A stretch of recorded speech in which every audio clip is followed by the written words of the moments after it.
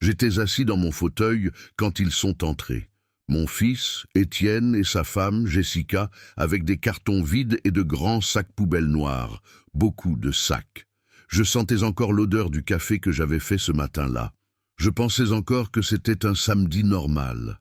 Cela faisait 3 mois que mon Hélène était morte.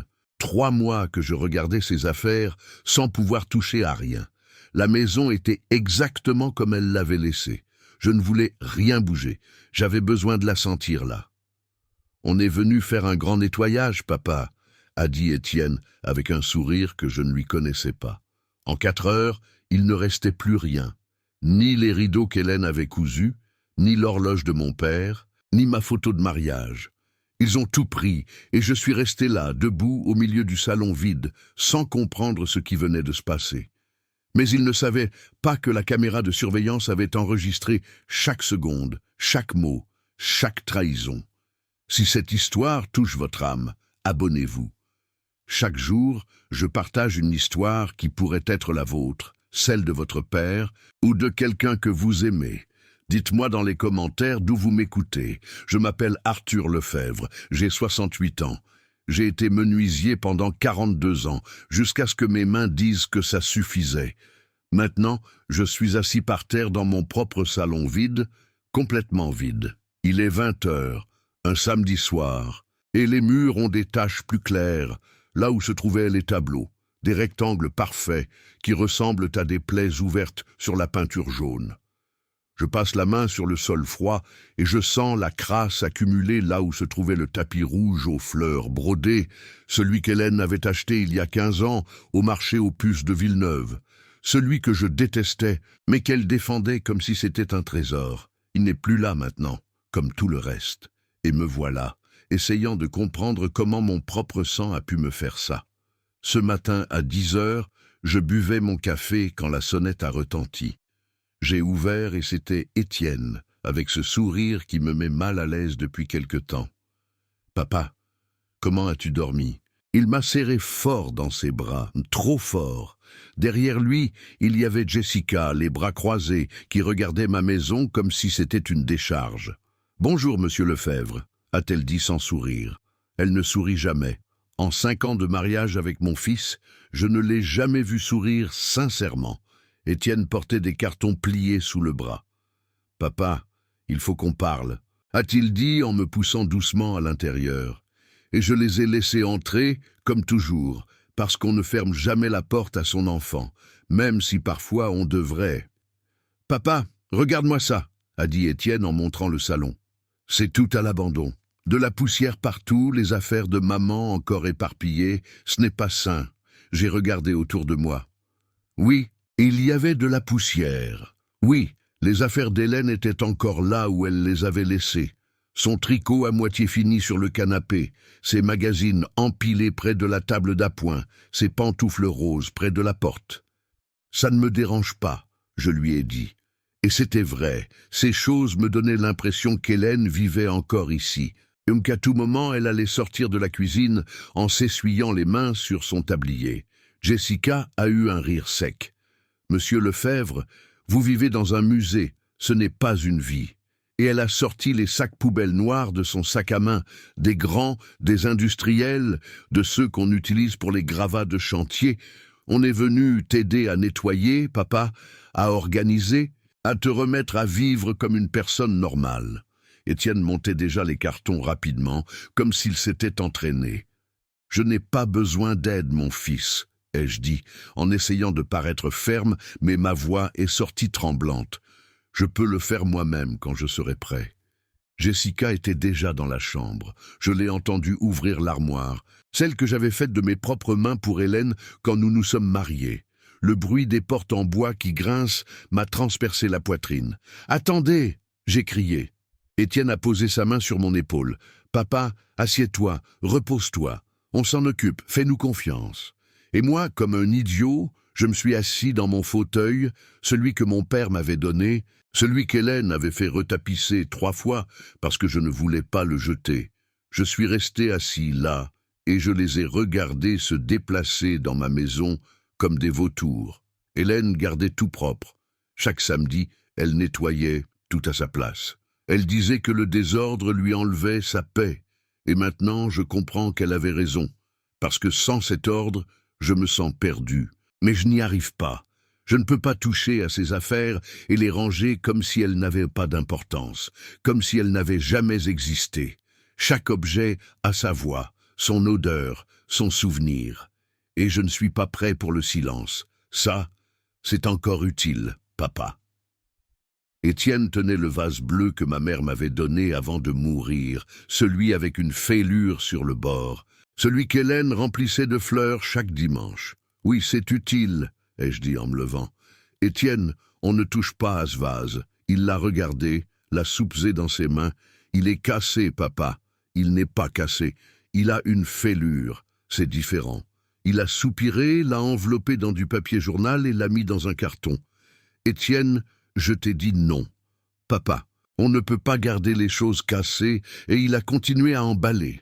Je suis resté là, les mains tremblantes, voulant le lui arracher, mais je ne l'ai pas fait parce que quelque chose dans ses yeux m'a arrêté, quelque chose de froid, quelque chose que je n'avais jamais vu chez mon fils auparavant. Jessica est sortie de la chambre en portant un paquet de vêtements. Les vêtements d'Hélène, ses robes, ses pulls, ceux qui sentaient encore son parfum. Non, j'ai hurlé en courant vers elle. On ne touche pas à ses vêtements. Jessica ne s'est même pas arrêtée. Monsieur Lefebvre, ces vêtements ne servent plus à rien. Ils sont vieux, démodés. Personne ne va les porter. Je ne veux pas que quelqu'un les porte. Je veux qu'ils restent là où ils sont. J'ai attrapé le sac. Elle a tiré. J'ai tiré. Le tissu s'est déchiré. Une robe bleu clair est tombée par terre. La robe qu'Hélène portait pour notre 40e anniversaire de mariage. Je l'ai ramassée. Je l'ai serrée contre ma poitrine. Et Jessica m'a regardé, comme si j'étais une ordure. « Étienne, ton père ne va pas bien, a-t-elle dit. Et Étienne est venu. Il m'a pris la robe. Doucement, mais fermement. Papa, calme-toi. C'est pour ton bien. » Tout s'est accéléré alors. En 30 minutes, ils ont vidé le salon. En 1 heure, la salle à manger était nue. J'ai essayé de les arrêter, mais c'était comme essayer d'arrêter un raz-de-marée avec mes mains nues. Jessica criait des ordres. Ça aussi. Pas ça. C'est affreux. Étienne obéissait comme un soldat, comme si je n'étais même pas là. J'ai vu passer les rideaux qu'Hélène avait cousus à la main, la lampe que nous avions achetée lors de notre voyage sur la Côte d'Azur, les assiettes en porcelaine de sa grand-mère, les livres que je lui lisais à voix haute pendant qu'elle faisait la vaisselle, tout dans des cartons, tout dans des sacs, tout disparaissait. Et je suis resté au milieu de l'ouragan, incapable de faire quoi que ce soit, me sentant plus petit, plus invisible, plus mort. C'est quand ils ont sorti l'armoire que quelque chose en moi s'est brisé. Je l'ai vu passer la porte. Ce meuble que j'ai mis 2 mois à fabriquer, que j'ai sculpté avec des motifs de rose parce que c'était les fleurs préférées d'Hélène, que j'ai verni 6 fois jusqu'à ce qu'il soit parfait. Je l'ai vu quitter ma maison dans les bras d'Étienne et d'un type que je n'avais jamais vu. Un type que Jessica a dû appeler. « Étienne !» J'ai crié d'une voix que je ne reconnaissais pas. Il s'est arrêté, m'a regardé. « Quoi, papa ? Cette armoire ne quitte pas cette maison. Papa, elle n'a plus sa place dans ta vie. C'est moi qui décide de ce qui a sa place dans ma vie. » Non, papa. Tu ne décides plus de rien parce que tu ne vas pas bien et que quelqu'un doit s'occuper de toi, même si tu ne le veux pas. Et il a continué à marcher. Et je suis resté là avec ces mots poignardés dans ma poitrine. Tu ne décides plus de rien, mon propre fils, mon propre sang, me disant que je n'étais plus le maître de ma propre vie. Vers 14 heures, il ne restait presque plus rien. Seulement les gros meubles qui ne rentraient pas dans la camionnette que Jessica avait louée. Une camionnette. Ils avaient prévu ça. Ce n'était pas spontané. Ils avaient apporté une camionnette, des cartons et des sacs industriels. C'était calculé, réfléchi, et je ne l'ai jamais vu venir. Étienne est venu me dire au revoir, en sueur, fatigué. « C'est bon, papa, c'est fait. Maintenant, tu peux recommencer, au propre, sans les liens du passé. » Je l'ai regardé et j'ai cherché dans ses yeux le petit garçon qu'il avait été, celui que je serrais dans mes bras quand il faisait des cauchemars, celui qui pleurait quand il tombait de vélo. Je ne l'ai pas trouvé, il n'y avait qu'un étranger. Où est l'horloge de mon père? Je lui ai demandé. Il a froncé les sourcils. Quelle horloge? L'horloge murale, celle qui sonnait les heures. Ah, celle-là ne marchait pas. Je l'ai jetée. Elle marchait parfaitement. Je la remontais tous les dimanches. Il a haussé les épaules. Ça n'a plus d'importance, papa. Elle n'est plus là. Ils sont partis à 15 heures. Je les ai regardés monter dans la camionnette chargée de ma vie. De 43 ans de mariage emballés dans des cartons et des sacs. Jessica au volant, Étienne sur le siège passager, regardant son téléphone. Il n'a même pas dit au revoir, n'a même pas jeté un regard en arrière. Et quand ils sont partis, j'ai fermé la porte. Je me suis retourné et j'ai vu le vide, les murs nus, le sol froid, le silence qui me faisait mal aux oreilles. Et c'est alors, en levant les yeux, que je l'ai vu, la caméra de surveillance dans le coin du plafond, la petite lumière rouge qui clignotait, toujours allumée, toujours en train d'enregistrer, et quelque chose dans ma poitrine a bougé.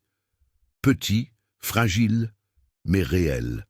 Cette caméra avait tout enregistré, chaque carton, chaque mot, chaque mensonge. Et d'une certaine manière, cela signifiait que je n'étais pas fou, que cela s'était vraiment produit et que peut-être, juste peut-être, il y avait un moyen de le prouver.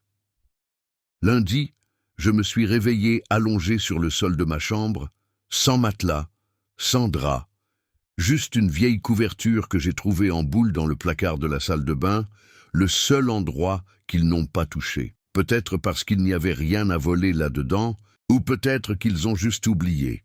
Je me suis réveillé avec le corps endolori, le dos raide, les genoux enflés.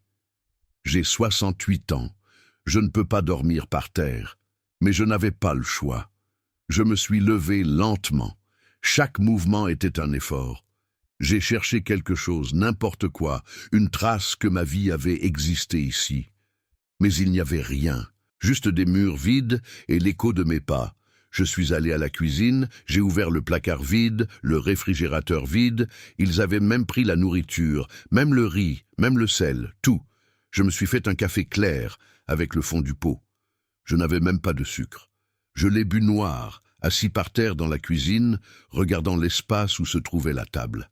La table où Hélène et moi avions pris le petit déjeuner ensemble pendant 43 ans, où Étienne faisait ses devoirs quand il était petit, où nous avons célébré chaque anniversaire, chaque Noël, chaque Nouvel An.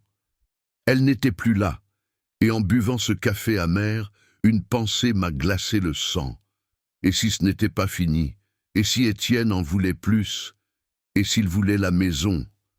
Cette maison est à moi. Je l'ai achetée avec Hélène après avoir économisé pendant 10 ans en travaillant en double poste à l'atelier. Elle est à mon nom. Mais s'il trouvait un moyen, je devais savoir. Je devais m'assurer que mes économies étaient en sécurité. Je suis arrivé à la banque à 9 heures, la même agence où j'ai un compte depuis 30 ans. L'agent de sécurité m'a salué. « Monsieur Lefebvre, comment allez-vous ?»« Bien. »« Michel, merci. J'ai menti. Je n'allais pas bien, mais on ne raconte pas sa vie à l'agent de sécurité de la banque. Il y avait la queue. Il y a toujours la queue le lundi. Je me suis mis derrière une femme qui se disputait avec son fils adolescent. J'ai attendu 15 minutes, 20, 30. Quand je suis arrivé au guichet, l'employé m'a reconnu. « Monsieur Lefebvre, bonjour. Que puis-je pour vous ?»« J'ai besoin de faire un retrait, Sophie. »« Bien sûr, combien ?»« 200 €. » Elle a souri. Elle a tapé et le sourire a disparu. Elle a tapé à nouveau. Elle m'a regardé. « Monsieur Lefebvre, il y a un problème. »« Quel problème ? » ?»« Votre compte est à 0. » Les mots ont mis un moment à m'atteindre, comme s'ils venaient de loin. « Comment ça, à 0 ?» Ma voix était rauque, étrange. « Votre compte a été vidé vendredi dernier à 15h15. Un virement numérique. Je n'ai fait aucun virement. Monsieur, il est indiqué ici qu'il a été autorisé avec votre empreinte digitale et votre mot de passe personnel. » Elle m'a montré l'écran. C'était là.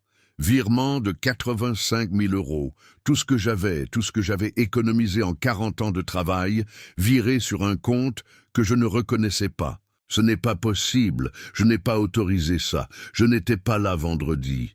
Sophie est devenue nerveuse.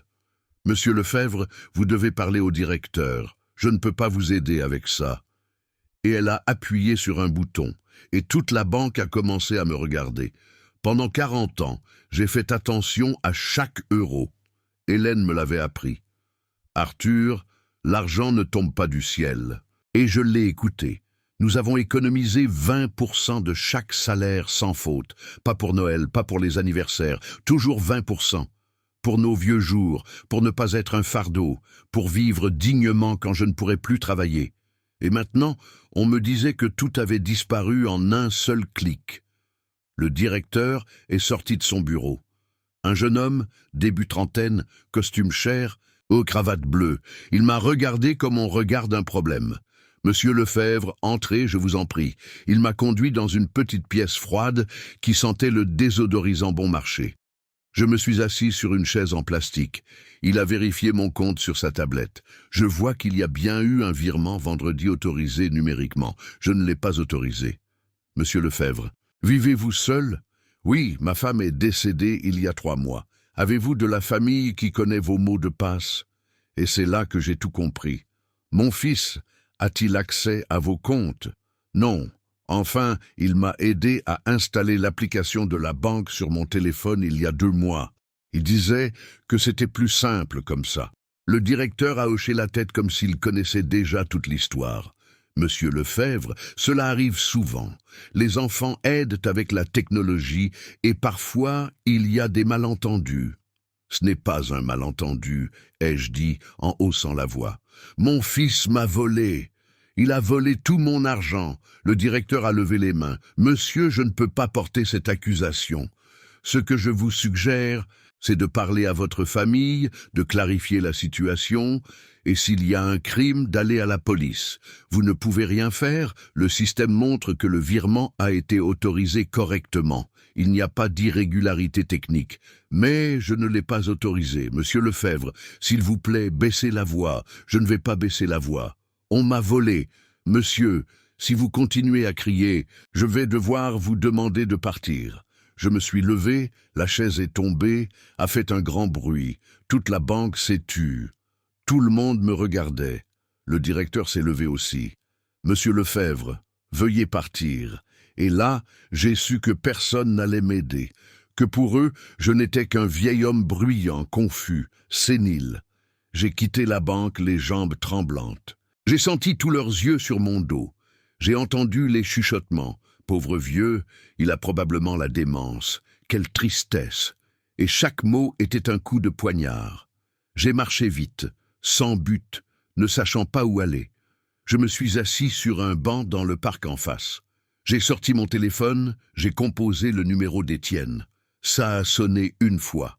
2, 3, 4, messagerie. Le numéro que vous avez composé n'est pas disponible. J'ai recomposé. Messagerie à nouveau. Messagerie 5 fois, 6, 7 et rien. Étienne ne répondait pas. Et puis j'ai vu quelque chose dans mon WhatsApp. Un message de lui de la nuit dernière à 23 heures. « Papa, j'espère que tu te reposes. On se parle demain. Demain. » Aujourd'hui, c'était demain, et il n'avait pas appelé. Il n'allait pas appeler. J'ai ouvert mon application bancaire mobile.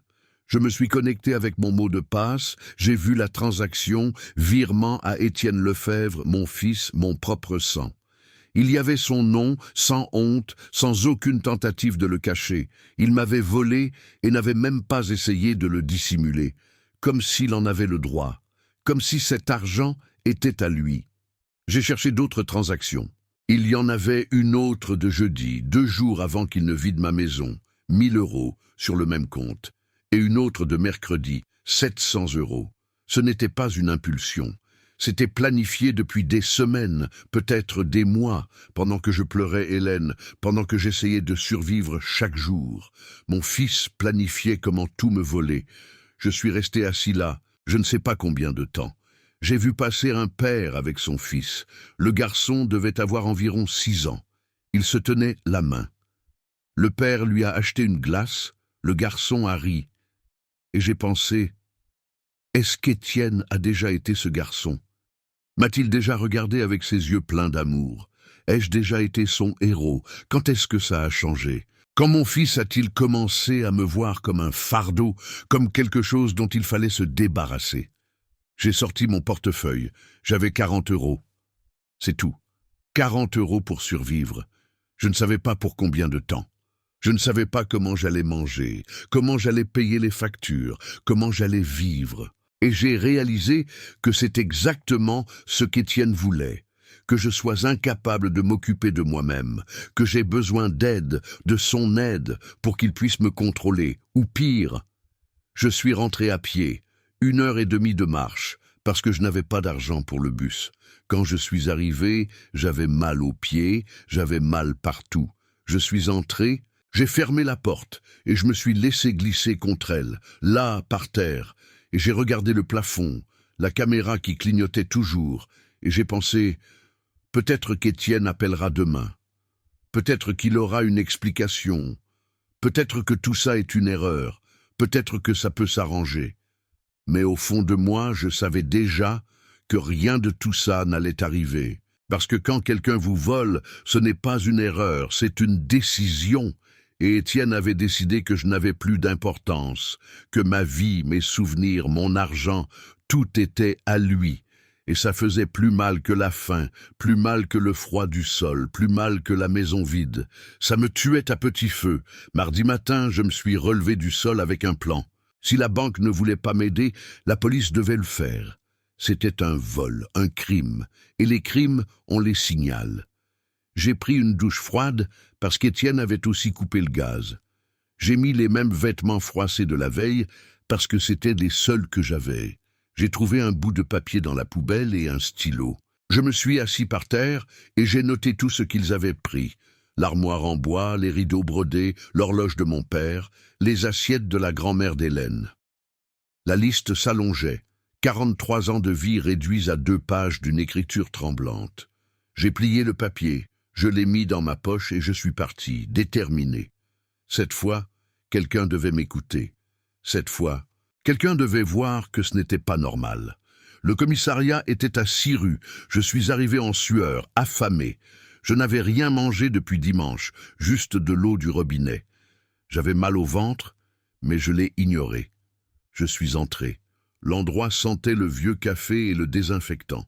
Un jeune policier était au comptoir, regardant son téléphone. Uniforme impeccable, visage ennuyé. « Bonjour », ai-je dit. Il a à peine levé les yeux. « Bonjour, que puis-je pour vous? Je veux déposer une plainte pour un vol. » Cela a attiré son attention une demi-seconde. Il a posé son téléphone. C'est arrivé quand? Samedi, chez moi. Ils sont entrés par effraction? Non, c'était mon fils. Le policier s'est adossé à sa chaise. Il m'a regardé de haut en bas, comme pour me jauger. Votre fils vous a volé. Oui, lui et sa femme ont complètement vidé ma maison. Ils ont tout pris. J'ai sorti ma liste. Je l'ai posée sur le comptoir, froissée, tachée. C'est ça qu'ils ont pris. Le policier n'a même pas touché la liste. « Monsieur, votre fils a les clés de chez vous? » « Oui, mais il ne vit pas avec vous, n'est-ce pas? Alors il n'y a pas eu d'entrée illégale. C'était probablement un don. Ce n'était pas un don. Ils m'ont volé sans ma permission, sans me demander. » Le policier a soupiré comme si cette conversation l'ennuyait. « Monsieur, ça ressemble à une affaire de famille. On ne se mêle pas d'eux. » J'ai travaillé 42 ans. Je l'ai interrompu. Ma voix est sortie plus fort que prévu. 42 ans comme menuisier. J'ai acheté chaque chose sur cette liste de mes propres mains, avec ma sueur. J'ai fabriqué cette armoire moi-même. Ma femme a cousu ses rideaux. Cette horloge appartenait à mon père. Ce ne sont pas que des choses, c'est ma vie. Le policier m'a regardé sans expression. « Je comprends, monsieur, mais j'ai besoin de preuves que c'était un vol et non un don volontaire. J'ai une caméra de surveillance, ai-je dit rapidement, dans ma maison. Elle a tout enregistré. » Les yeux du policier se sont un peu éclairés. « Vous avez l'enregistrement? Il est sur la caméra. Alors apportez-le, sur une clé USB ou sur votre téléphone. Je ne sais pas comment le récupérer. C'est ma femme qui a installé cette caméra avant de mourir. Je ne comprends rien à la technologie. Le policier a pris ma liste. Il me l'a rendue. Monsieur, rentrez chez vous. Récupérez l'enregistrement et revenez. Sans preuve, je ne peux rien faire. Mais mon fils a aussi volé mon argent à la banque. 85 000 €. Ça doit être enregistré. Vous avez un rapport de la banque? La banque m'a dit que c'était une affaire de famille. Alors il ne voit pas de crime. Écoutez, monsieur, mon conseil est de parler à votre famille. Trouvez un médiateur, un avocat. Mais il m'a volé. J'ai crié. 2 autres policiers se sont tournés pour me regarder. Le jeune s'est levé. Monsieur, si vous continuez à crier, je vais devoir vous demander de partir. J'ai repris ma liste du comptoir, je l'ai pliée avec des mains tremblantes. Donc, vous n'allez rien faire? On ne peut rien faire sans preuve, monsieur. Je suis désolé. Il n'était pas désolé. Ça se voyait sur son visage. Pour lui, je n'étais qu'un autre vieil homme qui se plaignait, un autre problème qu'il ne voulait pas gérer. J'ai quitté le commissariat avec l'impression d'étouffer. Le soleil tapait fort. Il n'était que 11 heures du matin, mais la chaleur était insupportable. Je me suis appuyé contre le mur, j'ai pris une profonde inspiration, et c'est là que je l'ai vu. De l'autre côté de la rue, une camionnette blanche, la même que samedi, j'en étais sûr. Elle avait un autocollant sur la lunette arrière, un chien de dessin animé. Mon cœur s'est mis à battre la chamade. Que faisait cette camionnette ici? Est-ce qu'il me suivait? J'ai traversé la rue, presque en courant, sans regarder. Une voiture m'a klaxonné. Quelqu'un a crié. Je m'en fichais. Je suis arrivé à la camionnette. J'ai touché le capot chaud. Elle n'était pas là depuis longtemps. J'ai regardé les commerces voisins. Une boulangerie, une pharmacie, une étude de notaire. Et puis la porte de l'étude de notaire s'est ouverte. Et elle est sortie, Jessica. Elle portait un dossier épais sous le bras, maquillé, une robe élégante, des talons, comme si elle allait à une réunion importante. Et quand elle m'a vu, elle a souri. Ce faux sourire que je déteste tant. Elle a marché droit vers moi. « Monsieur Lefebvre », a-t-elle dit d'une voix mielleuse. « Quelle surprise de vous voir ici. »« Qu'est-ce que vous faites là ?» j'ai demandé. J'ai essayé de paraître ferme, mais ma voix est sortie brisée. Elle a ouvert la portière de la camionnette, est montée, a posé le dossier sur le siège passager, mais avant de fermer la porte, j'ai réussi à voir des documents avec le logo du notaire et, en haut, mon nom, Arthur Lefebvre. Mon estomac s'est noué. Qu'est-ce que c'est que ça? J'ai demandé en montrant le dossier. Ça, de la paperasse ennuyeuse, monsieur Lefebvre, rien dont vous ayez à vous soucier. Il y a mon nom dessus. Il y a beaucoup de noms dessus. Vous vous inquiétez trop. Elle a démarré le moteur. Vous savez ce que je pense, monsieur Lefebvre?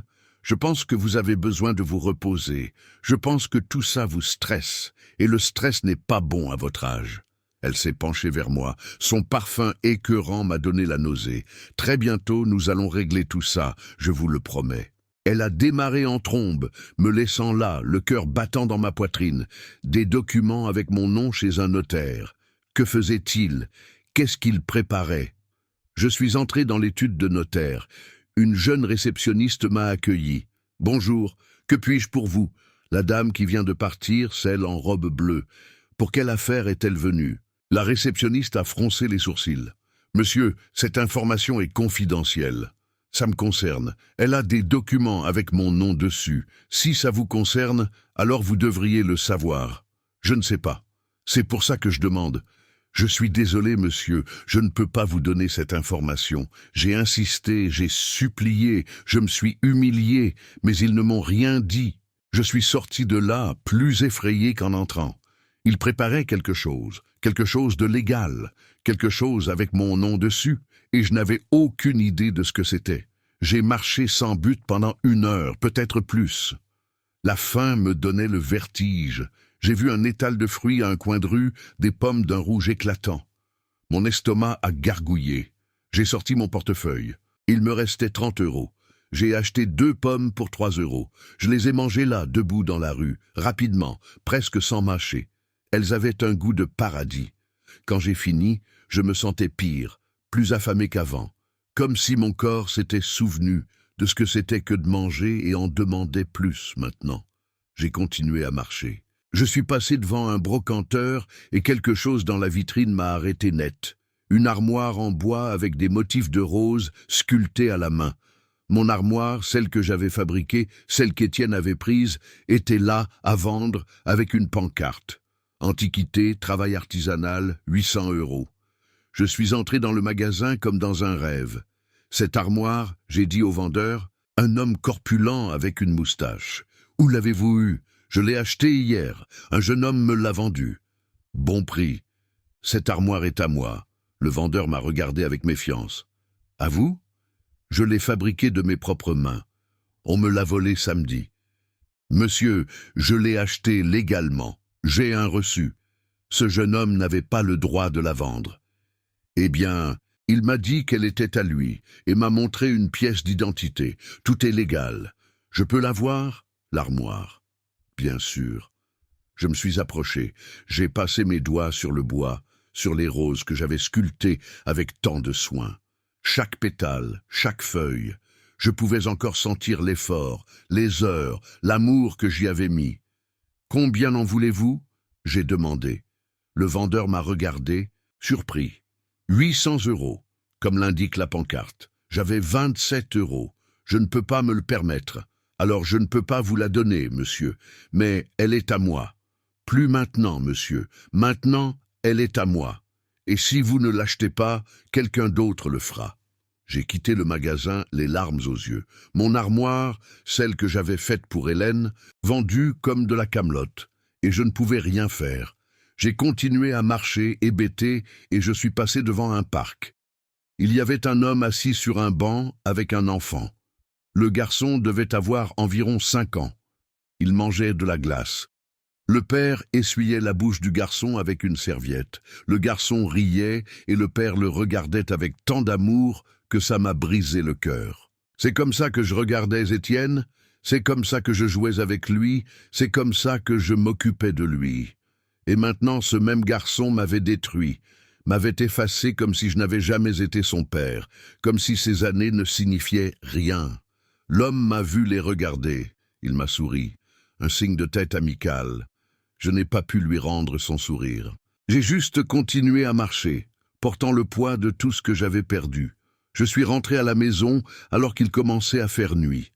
J'ai ouvert la porte avec ma nouvelle clé. Je suis entré, j'ai fermé, j'ai verrouillé et je me suis laissé glisser contre la porte. Le sol froid contre mon dos, le silence écrasant, et pour la première fois depuis que tout ça a commencé, j'ai pensé, peut-être que je le mérite. Peut-être que j'ai été un mauvais père, peut-être que je n'ai pas donné à Étienne ce dont il avait besoin. Peut-être qu'Hélène avait raison quand elle disait que je travaillais trop, que je n'étais jamais à la maison, que je manquais des moments importants. Peut-être que c'est ma punition. Peut-être que Dieu me fait payer pour chaque fois que j'ai choisi l'atelier plutôt que mon fils. Et si c'est le cas, peut-être que je devrais juste l'accepter. Peut-être que je devrais juste laisser Étienne faire ce qu'il veut. Parce qu'au final, de quel droit ai-je de me plaindre?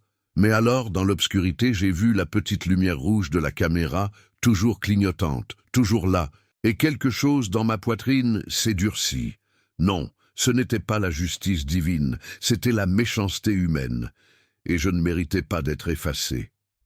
Mercredi, je me suis réveillé avant l'aube. Je ne pouvais pas dormir. La faim me réveillait toutes les 2 heures. J'avais mal au ventre, j'avais mal partout, mais je devais faire quelque chose. Je ne pouvais pas rester là à attendre qu'Étienne finisse de me détruire. J'ai pensé à qui pourrait m'aider, j'ai passé en revue mentalement toutes les personnes que je connaissais, et il en restait si peu.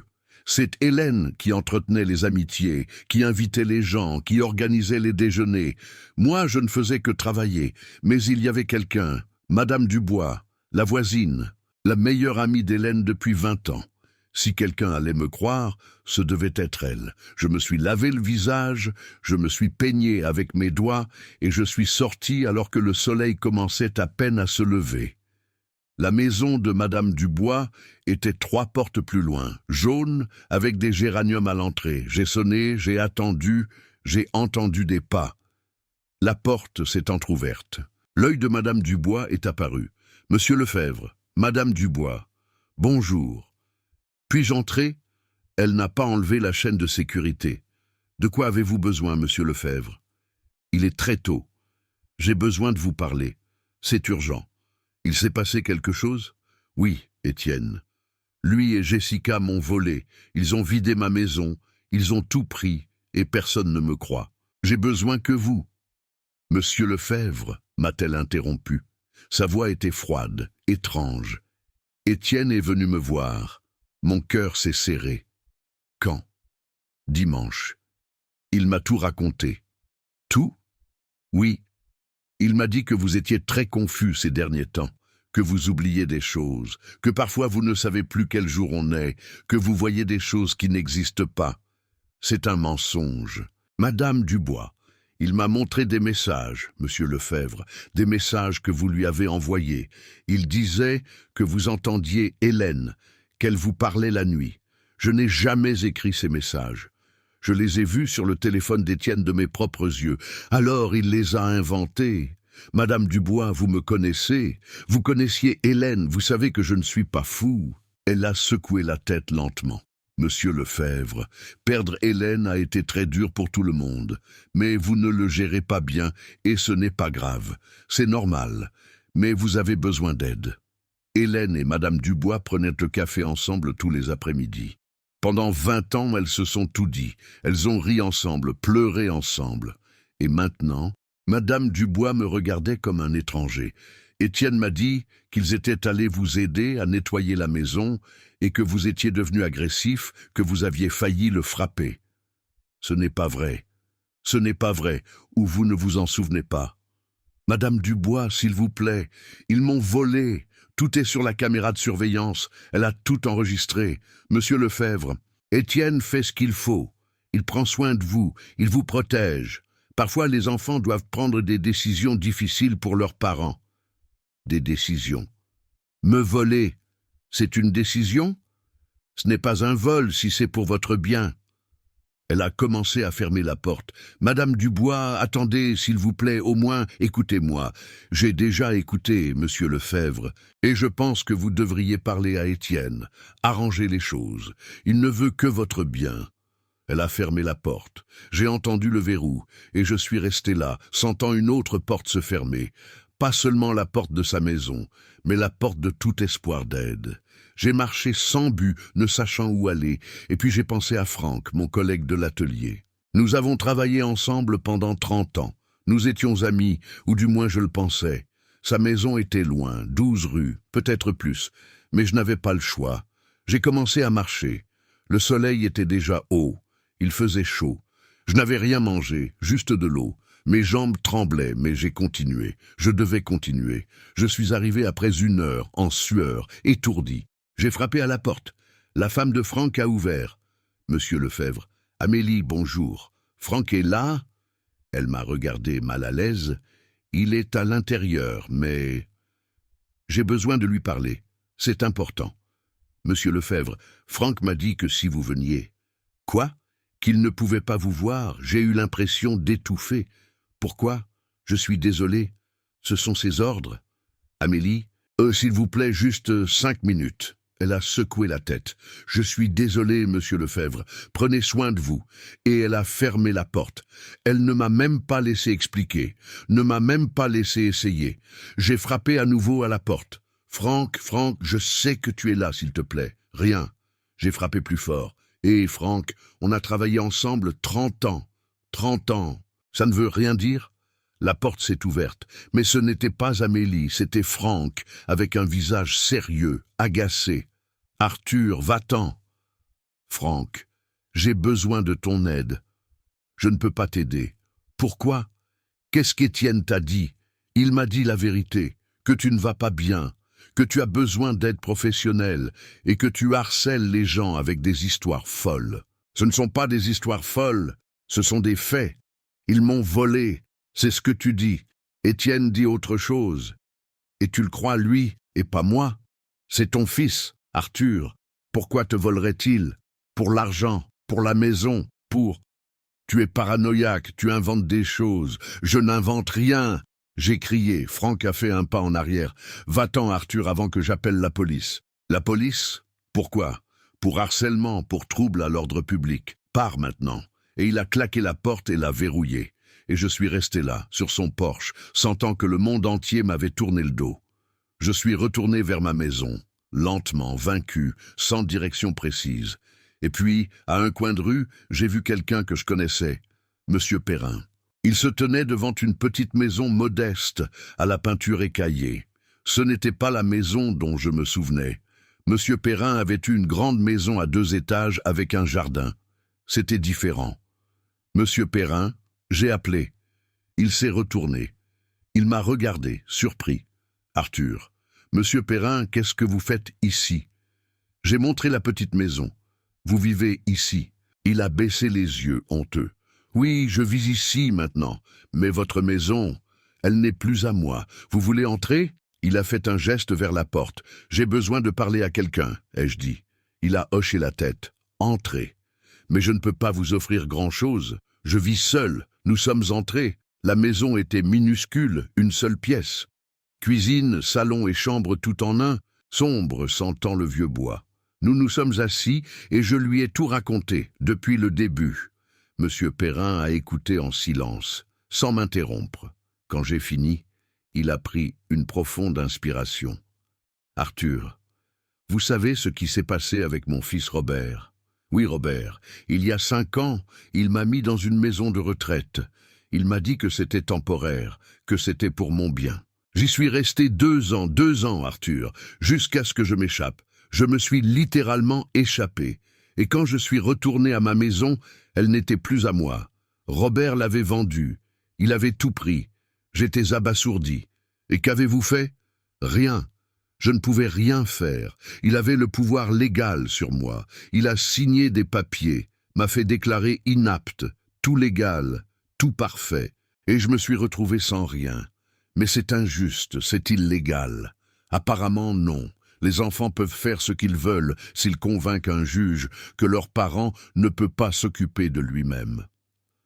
Monsieur Perrin m'a regardé attentivement. « Arthur, si votre fils fait ce que je pense qu'il fait, vous devez agir vite, très vite, parce qu'une fois qu'ils ont signé les papiers, il n'y a pas de retour en arrière. Quels papiers? Inaptitude, mise sous tutelle, procuration. Il y a de nombreuses façons, mais elles finissent toutes de la même manière. Vous perdez le contrôle de votre vie et il gagne le contrôle de tout ce que vous possédez. Et comment puis-je l'arrêter? Vous avez besoin de preuves que vous allez bien, que vous pouvez vous occuper de vous-même. Des certificats médicaux, des témoins, quelque chose. Je n'ai rien de tout ça. Alors vous êtes perdu, Arthur. Il s'est levé, est allé à la cuisine, est revenu avec un verre d'eau. Il me l'a donné. Tenez, vous avez l'air mal. Buvez. L'eau était tiède, mais elle m'a calmé. Monsieur Perrin, vous me croyez? Je vous crois parce que ça m'est arrivé. Je sais comment ça marche. M'aideriez-vous? Pourriez-vous témoigner que je vais bien? Il a secoué la tête. Je ne peux pas, Arthur. Robert m'a menacé. Si je parle, si je me mêle des problèmes des autres, il me remettra à la maison de retraite et je ne retournerai pas là-bas. Je suis désolé. Je comprends. Je ne lui en voulais pas. Il avait peur comme moi, comme tout le monde. J'ai quitté la maison de Monsieur Perrin avec plus de peur que d'espoir. Maintenant, je savais ce qu'Étienne préparait. Une mise sous tutelle, me déclarer inapte. Et une fois qu'il y serait parvenu, il pourrait faire ce qu'il voudrait. Vendre la maison, tout garder, me mettre dans une maison de retraite, m'effacer complètement. Et je n'avais aucun moyen de l'arrêter. Je n'avais pas d'argent pour un avocat. Pas de témoins, pas de preuves que j'allais bien, parce que tout le monde croyait que j'allais mal. Étienne avait construit le récit parfait, et j'étais tombé en plein dedans. Je suis rentré chez moi en sentant que chaque pas me rapprochait du gouffre. Et le pire, c'est qu'Étienne avait tout planifié depuis des semaines, peut-être des mois. Il avait parlé à tout le monde, semé chaque doute, forgé chaque message, construit chaque mensonge, et maintenant, il n'avait plus qu'à signer les papiers et je disparaîtrais. Je suis rentré à la maison alors qu'il faisait nuit. Je suis entré, j'ai fermé la porte, je me suis assis par terre et j'ai regardé la caméra, la petite lumière rouge, et j'ai compris quelque chose. Cette caméra était mon seul salut, mais je ne pouvais pas y accéder seul. J'avais besoin d'aide, d'une aide technique, et je ne connaissais personne. J'ai sorti mon téléphone, j'ai cherché sur Google Technicien caméra de surveillance près de chez moi. Des dizaines de résultats sont apparus. J'en ai choisi un au hasard. J'ai composé le numéro. Ça a sonné 3 fois. Bonsoir, sécurité totale. Bonsoir, j'ai besoin d'aide avec une caméra de surveillance, bien sûr. Quel type d'aide? J'ai besoin de télécharger un enregistrement. C'est urgent. Nous pouvons envoyer un technicien demain entre 14 heures et 17 heures. Ça ne peut pas être plus tôt? Je suis désolé, monsieur. Demain est le plus tôt possible. Combien coûte la visite? C'est 150 €. Il me restait 27 €. Je comprends. Merci. J'ai raccroché. Je n'avais même pas d'argent pour ça, même pas pour sauver ma propre vie. Et c'est là que j'ai compris que cela n'avait pas seulement été planifié, mais que c'était parfait. Étienne m'avait laissé sans argent, sans amis, sans option, sans issue. Et maintenant, il n'avait plus qu'à attendre que j'abandonne ou que je disparaisse selon ce qui arriverait en premier. Jeudi matin, j'étais assis sur le sol du salon. Je n'avais pas dormi. La faim était un animal vivant dans mon estomac. J'avais passé toute la nuit sur mon téléphone à chercher comment télécharger des vidéos de caméras de surveillance, tutoriel après tutoriel. Aucun n'a fonctionné. Ils étaient tous pour des caméras différentes, pour des applications que je n'avais pas, pour des mots de passe que je ne connaissais pas. À 7 heures du matin, j'ai abandonné, j'ai fermé les yeux, et c'est à ce moment-là que la sonnette a retenti.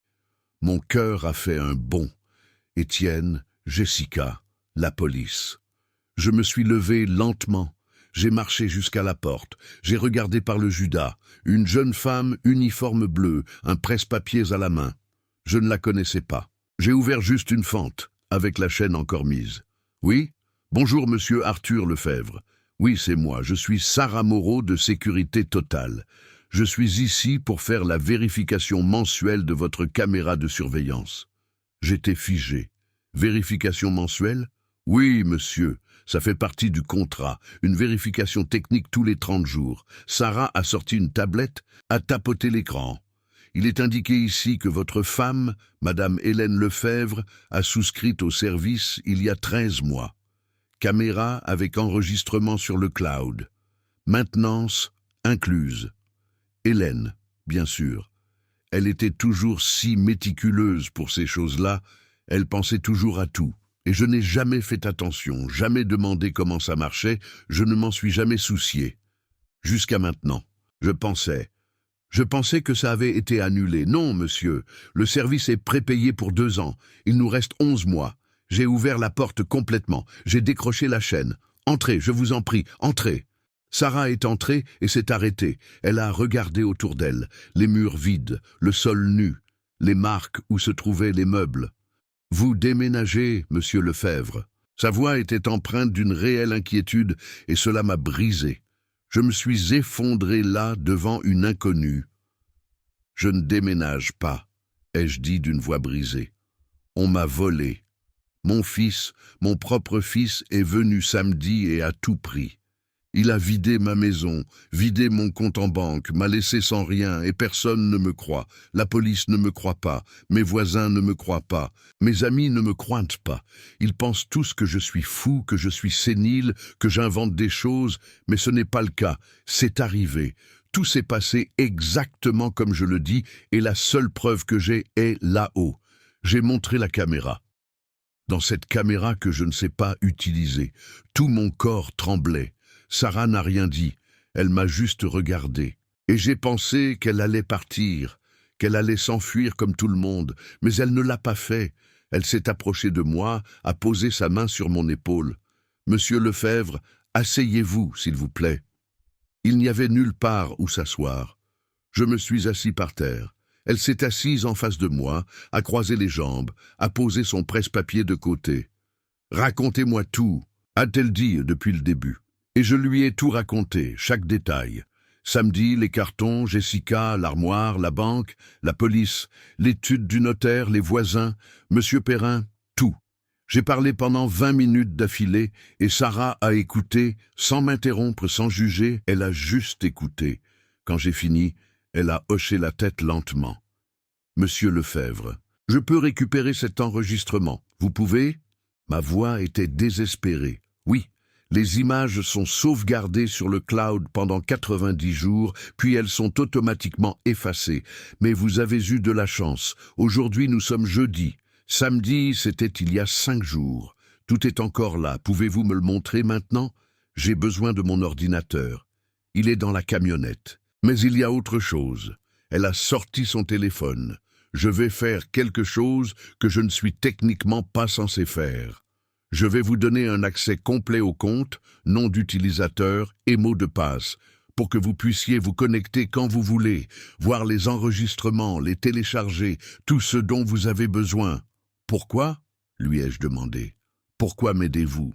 Sarah a baissé les yeux vers le sol, vers les murs vides. Mon grand-père, a-t-elle dit finalement. Il y a 3 ans, son fils l'a mis dans une maison de retraite. Il lui a tout pris. La maison, les économies, tout. Et le temps qu'on s'en rende compte, c'était trop tard. Mon grand-père est mort là-bas, seul, triste, convaincu que sa famille l'avait abandonné.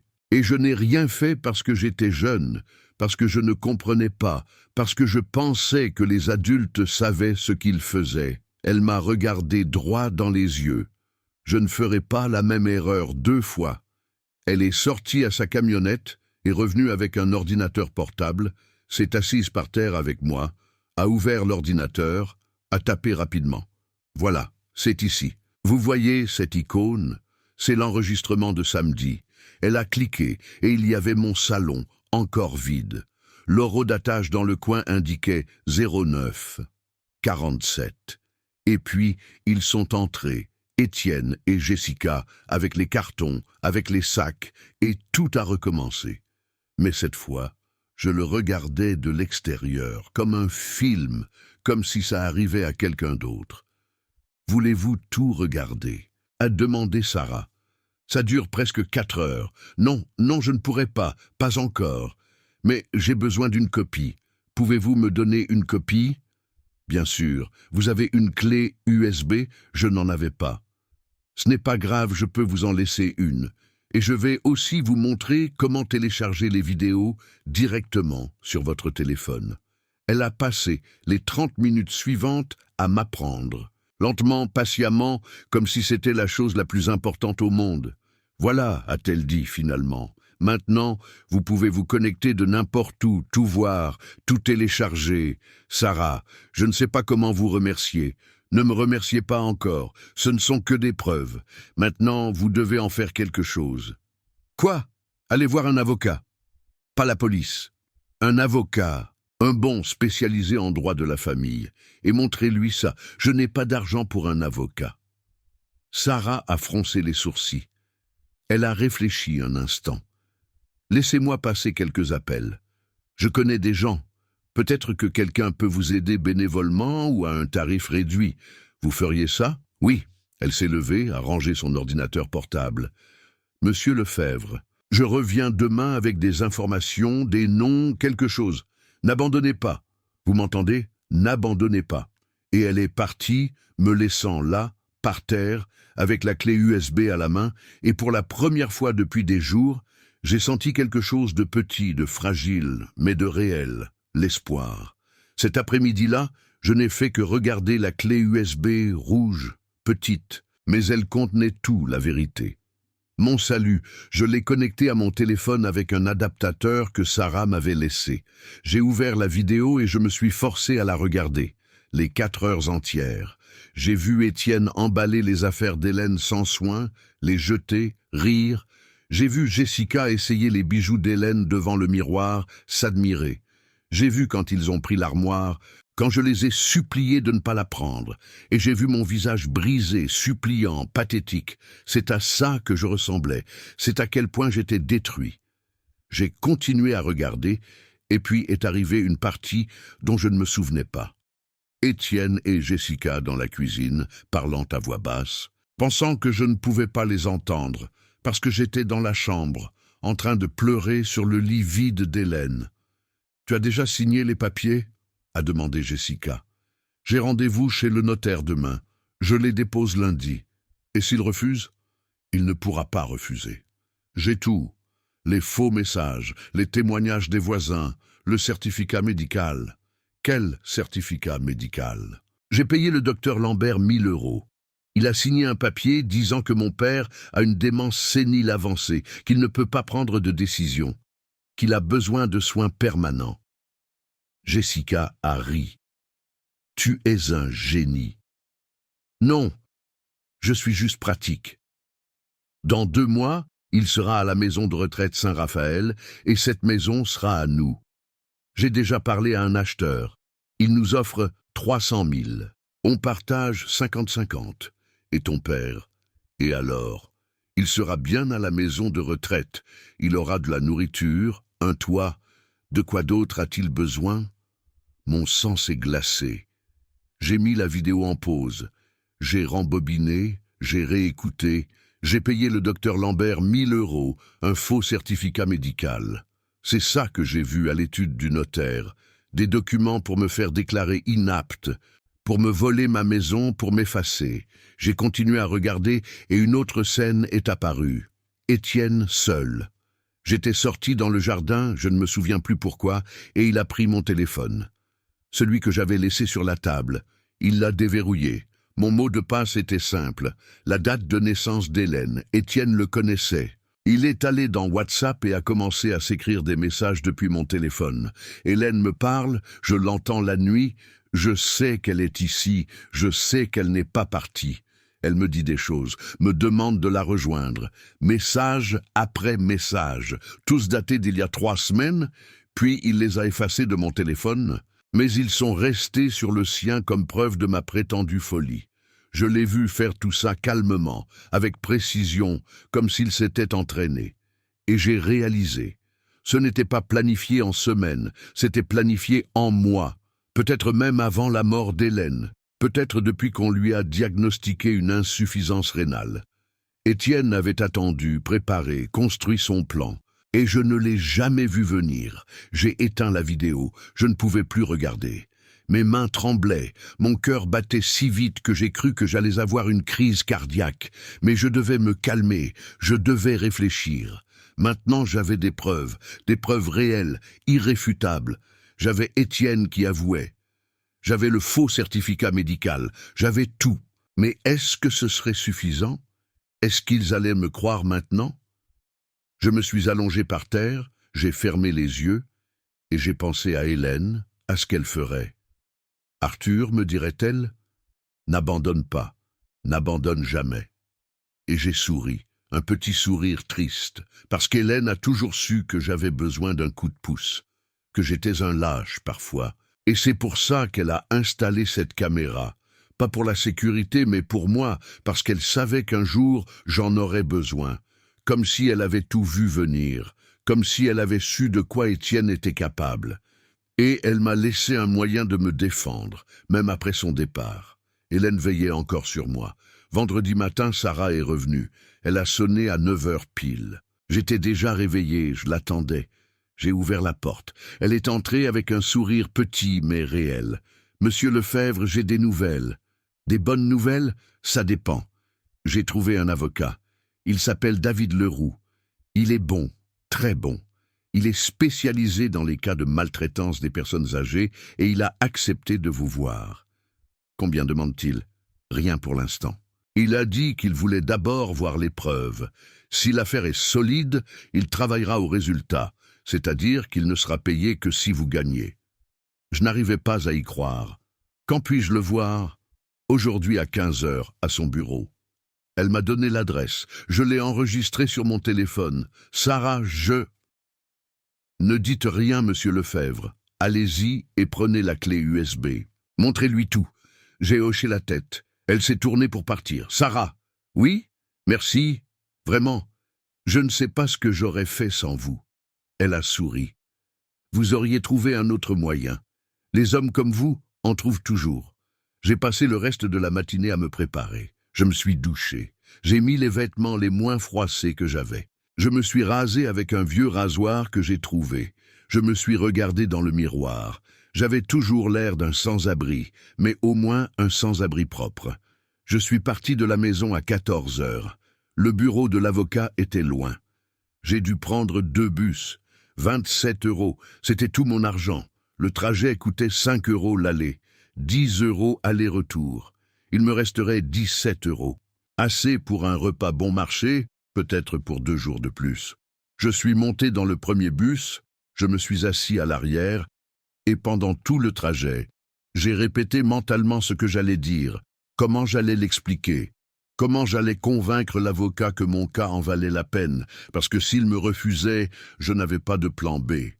Il n'y avait personne d'autre. C'était ma dernière chance. Je suis arrivé à l'immeuble à 15h10, un vieil immeuble de 5 étages sans ascenseur. Le bureau était au 4e. Je suis monté lentement. J'avais mal aux genoux. Je suis arrivé en sueur. J'ai frappé à la porte. Entrez. Je suis entré. Le bureau était petit. 2 bureaux, des classeurs jusqu'au plafond, et un homme d'une 50aine d'années assis derrière l'un des bureaux. Lunettes, barbe grise, chemise blanche sans cravate. Monsieur Lefebvre. Oui, monsieur. David Leroux. Enchanté. Asseyez-vous. Je me suis assis sur une chaise en plastique dure et inconfortable. Sarah m'a parlé de votre situation, mais je veux l'entendre de vous, avec vos propres mots. Prenez votre temps. Racontez-moi tout. Et je l'ai fait depuis le début. Samedi, Jessica, Étienne, la banque, la police, les voisins, Monsieur Perrin, tout.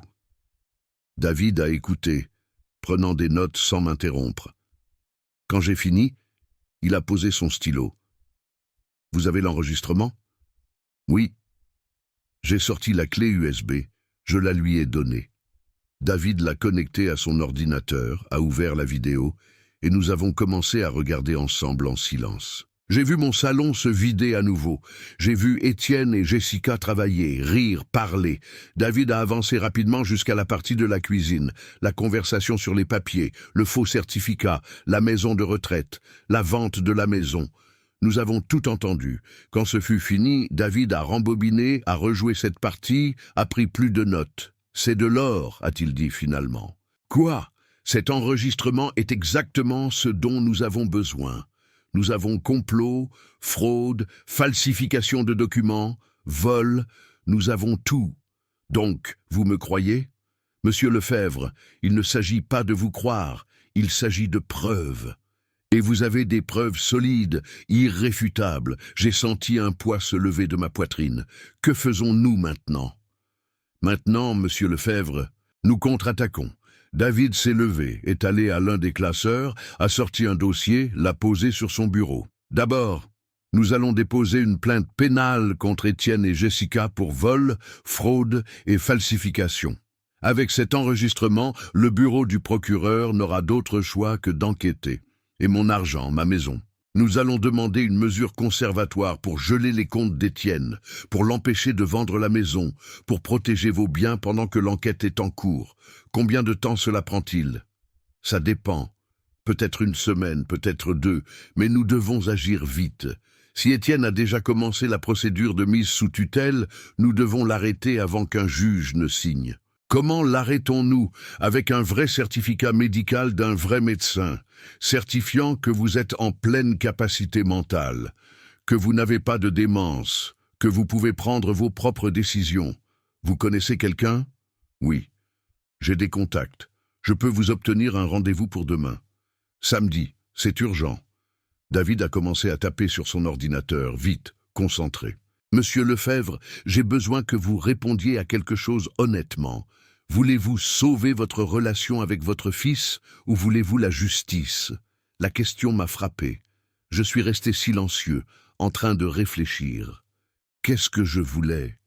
Est-ce que je voulais qu'Étienne redevienne mon fils? Est-ce que je voulais lui pardonner? Est-ce que je voulais oublier tout ça? Non, je ne pouvais pas.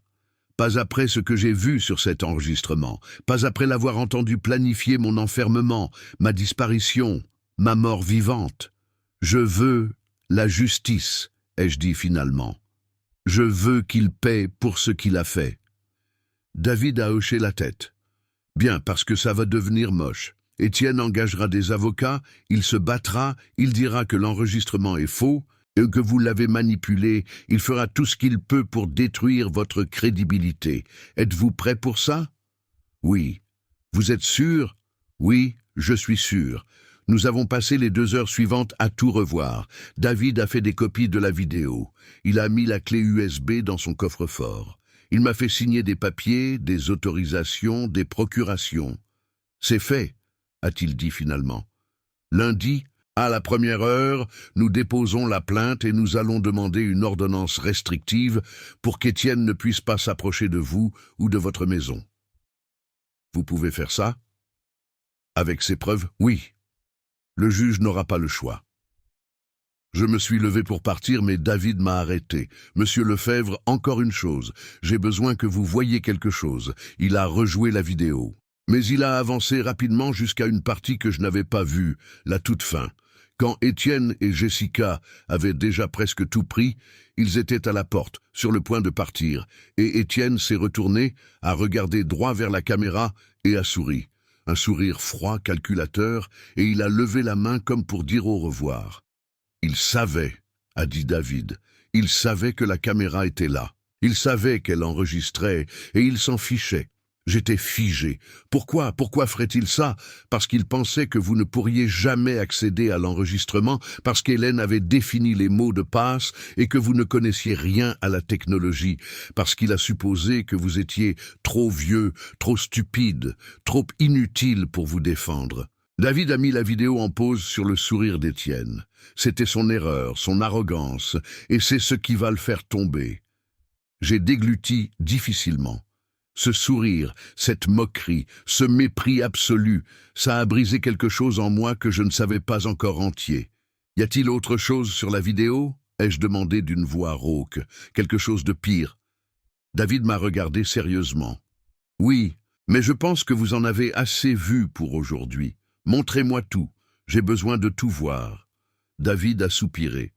Il a de nouveau avancé la vidéo jusqu'à la fin, après leur départ, la maison vide et moi là, assis par terre en train de pleurer. Je me suis vu me lever, marcher jusqu'à la chambre et m'allonger par terre, sans matelas, sans oreiller, juste le sol froid. Et j'ai pleuré pendant des heures. La caméra a tout enregistré, ma douleur, mon humiliation, mon effondrement complet. Éteignez-la, ai-je dit. J'en ai assez vu. David a fermé l'ordinateur portable. Monsieur Lefebvre, ce que votre fils vous a fait n'est pas seulement du vol, c'est de la torture psychologique, c'est de la maltraitance, c'est la destruction systématique d'une personne, et nous allons nous assurer qu'un juge le voit de cette façon. Pensez-vous que nous allons gagner? Avec ces preuves, il n'y a aucune chance que nous perdions. Mais je vous préviens, gagner au tribunal ne vous rendra pas votre fils, ça ne réparera pas la relation. C'est brisé, probablement pour toujours. J'ai quitté le bureau de David en me sentant différent, plus fort, mais aussi plus triste, parce que maintenant je savais avec une certitude absolue qu'Étienne ne m'aimait pas, que peut-être il ne m'avait jamais aimé, que tout était un mensonge, ou peut-être que c'était réel une fois quand il était enfant, et que quelque chose a changé, quelque chose que je n'ai pas vu, quelque chose que j'ai causé, ou peut-être que mon fils est simplement devenu quelqu'un que je ne connaissais pas, un étranger, un monstre. Je suis descendu lentement les escaliers, j'ai quitté l'immeuble, et là, à l'entrée, je me suis arrêté parce que de l'autre côté de la rue, garée, il y avait la camionnette blanche, celle de Jessica, et elle était à l'intérieur, en train de me regarder. Nous sommes restés comme ça, à nous regarder pendant des secondes qui ont semblé des heures. Et puis elle a démarré le moteur et est partie, me laissant là avec la certitude qu'il m'avait suivi, qu'il savait où j'étais, qu'il savait ce que je faisais. J'ai sorti mon téléphone, j'ai composé le numéro de David. Il a répondu à la 2e sonnerie. Monsieur Lefebvre, il m'attendait devant votre bureau, Jessica. Silence. Elle est partie maintenant. Oui. Bien, écoutez, ça confirme qu'ils sont nerveux, qu'ils savent que vous faites quelque chose, mais ils ne savent pas encore quoi. Donc, vous devez être prudent. Ne sortez pas seul la nuit. Gardez votre porte verrouillée. N'ouvrez à personne que vous ne connaissez pas. Compris? Compris.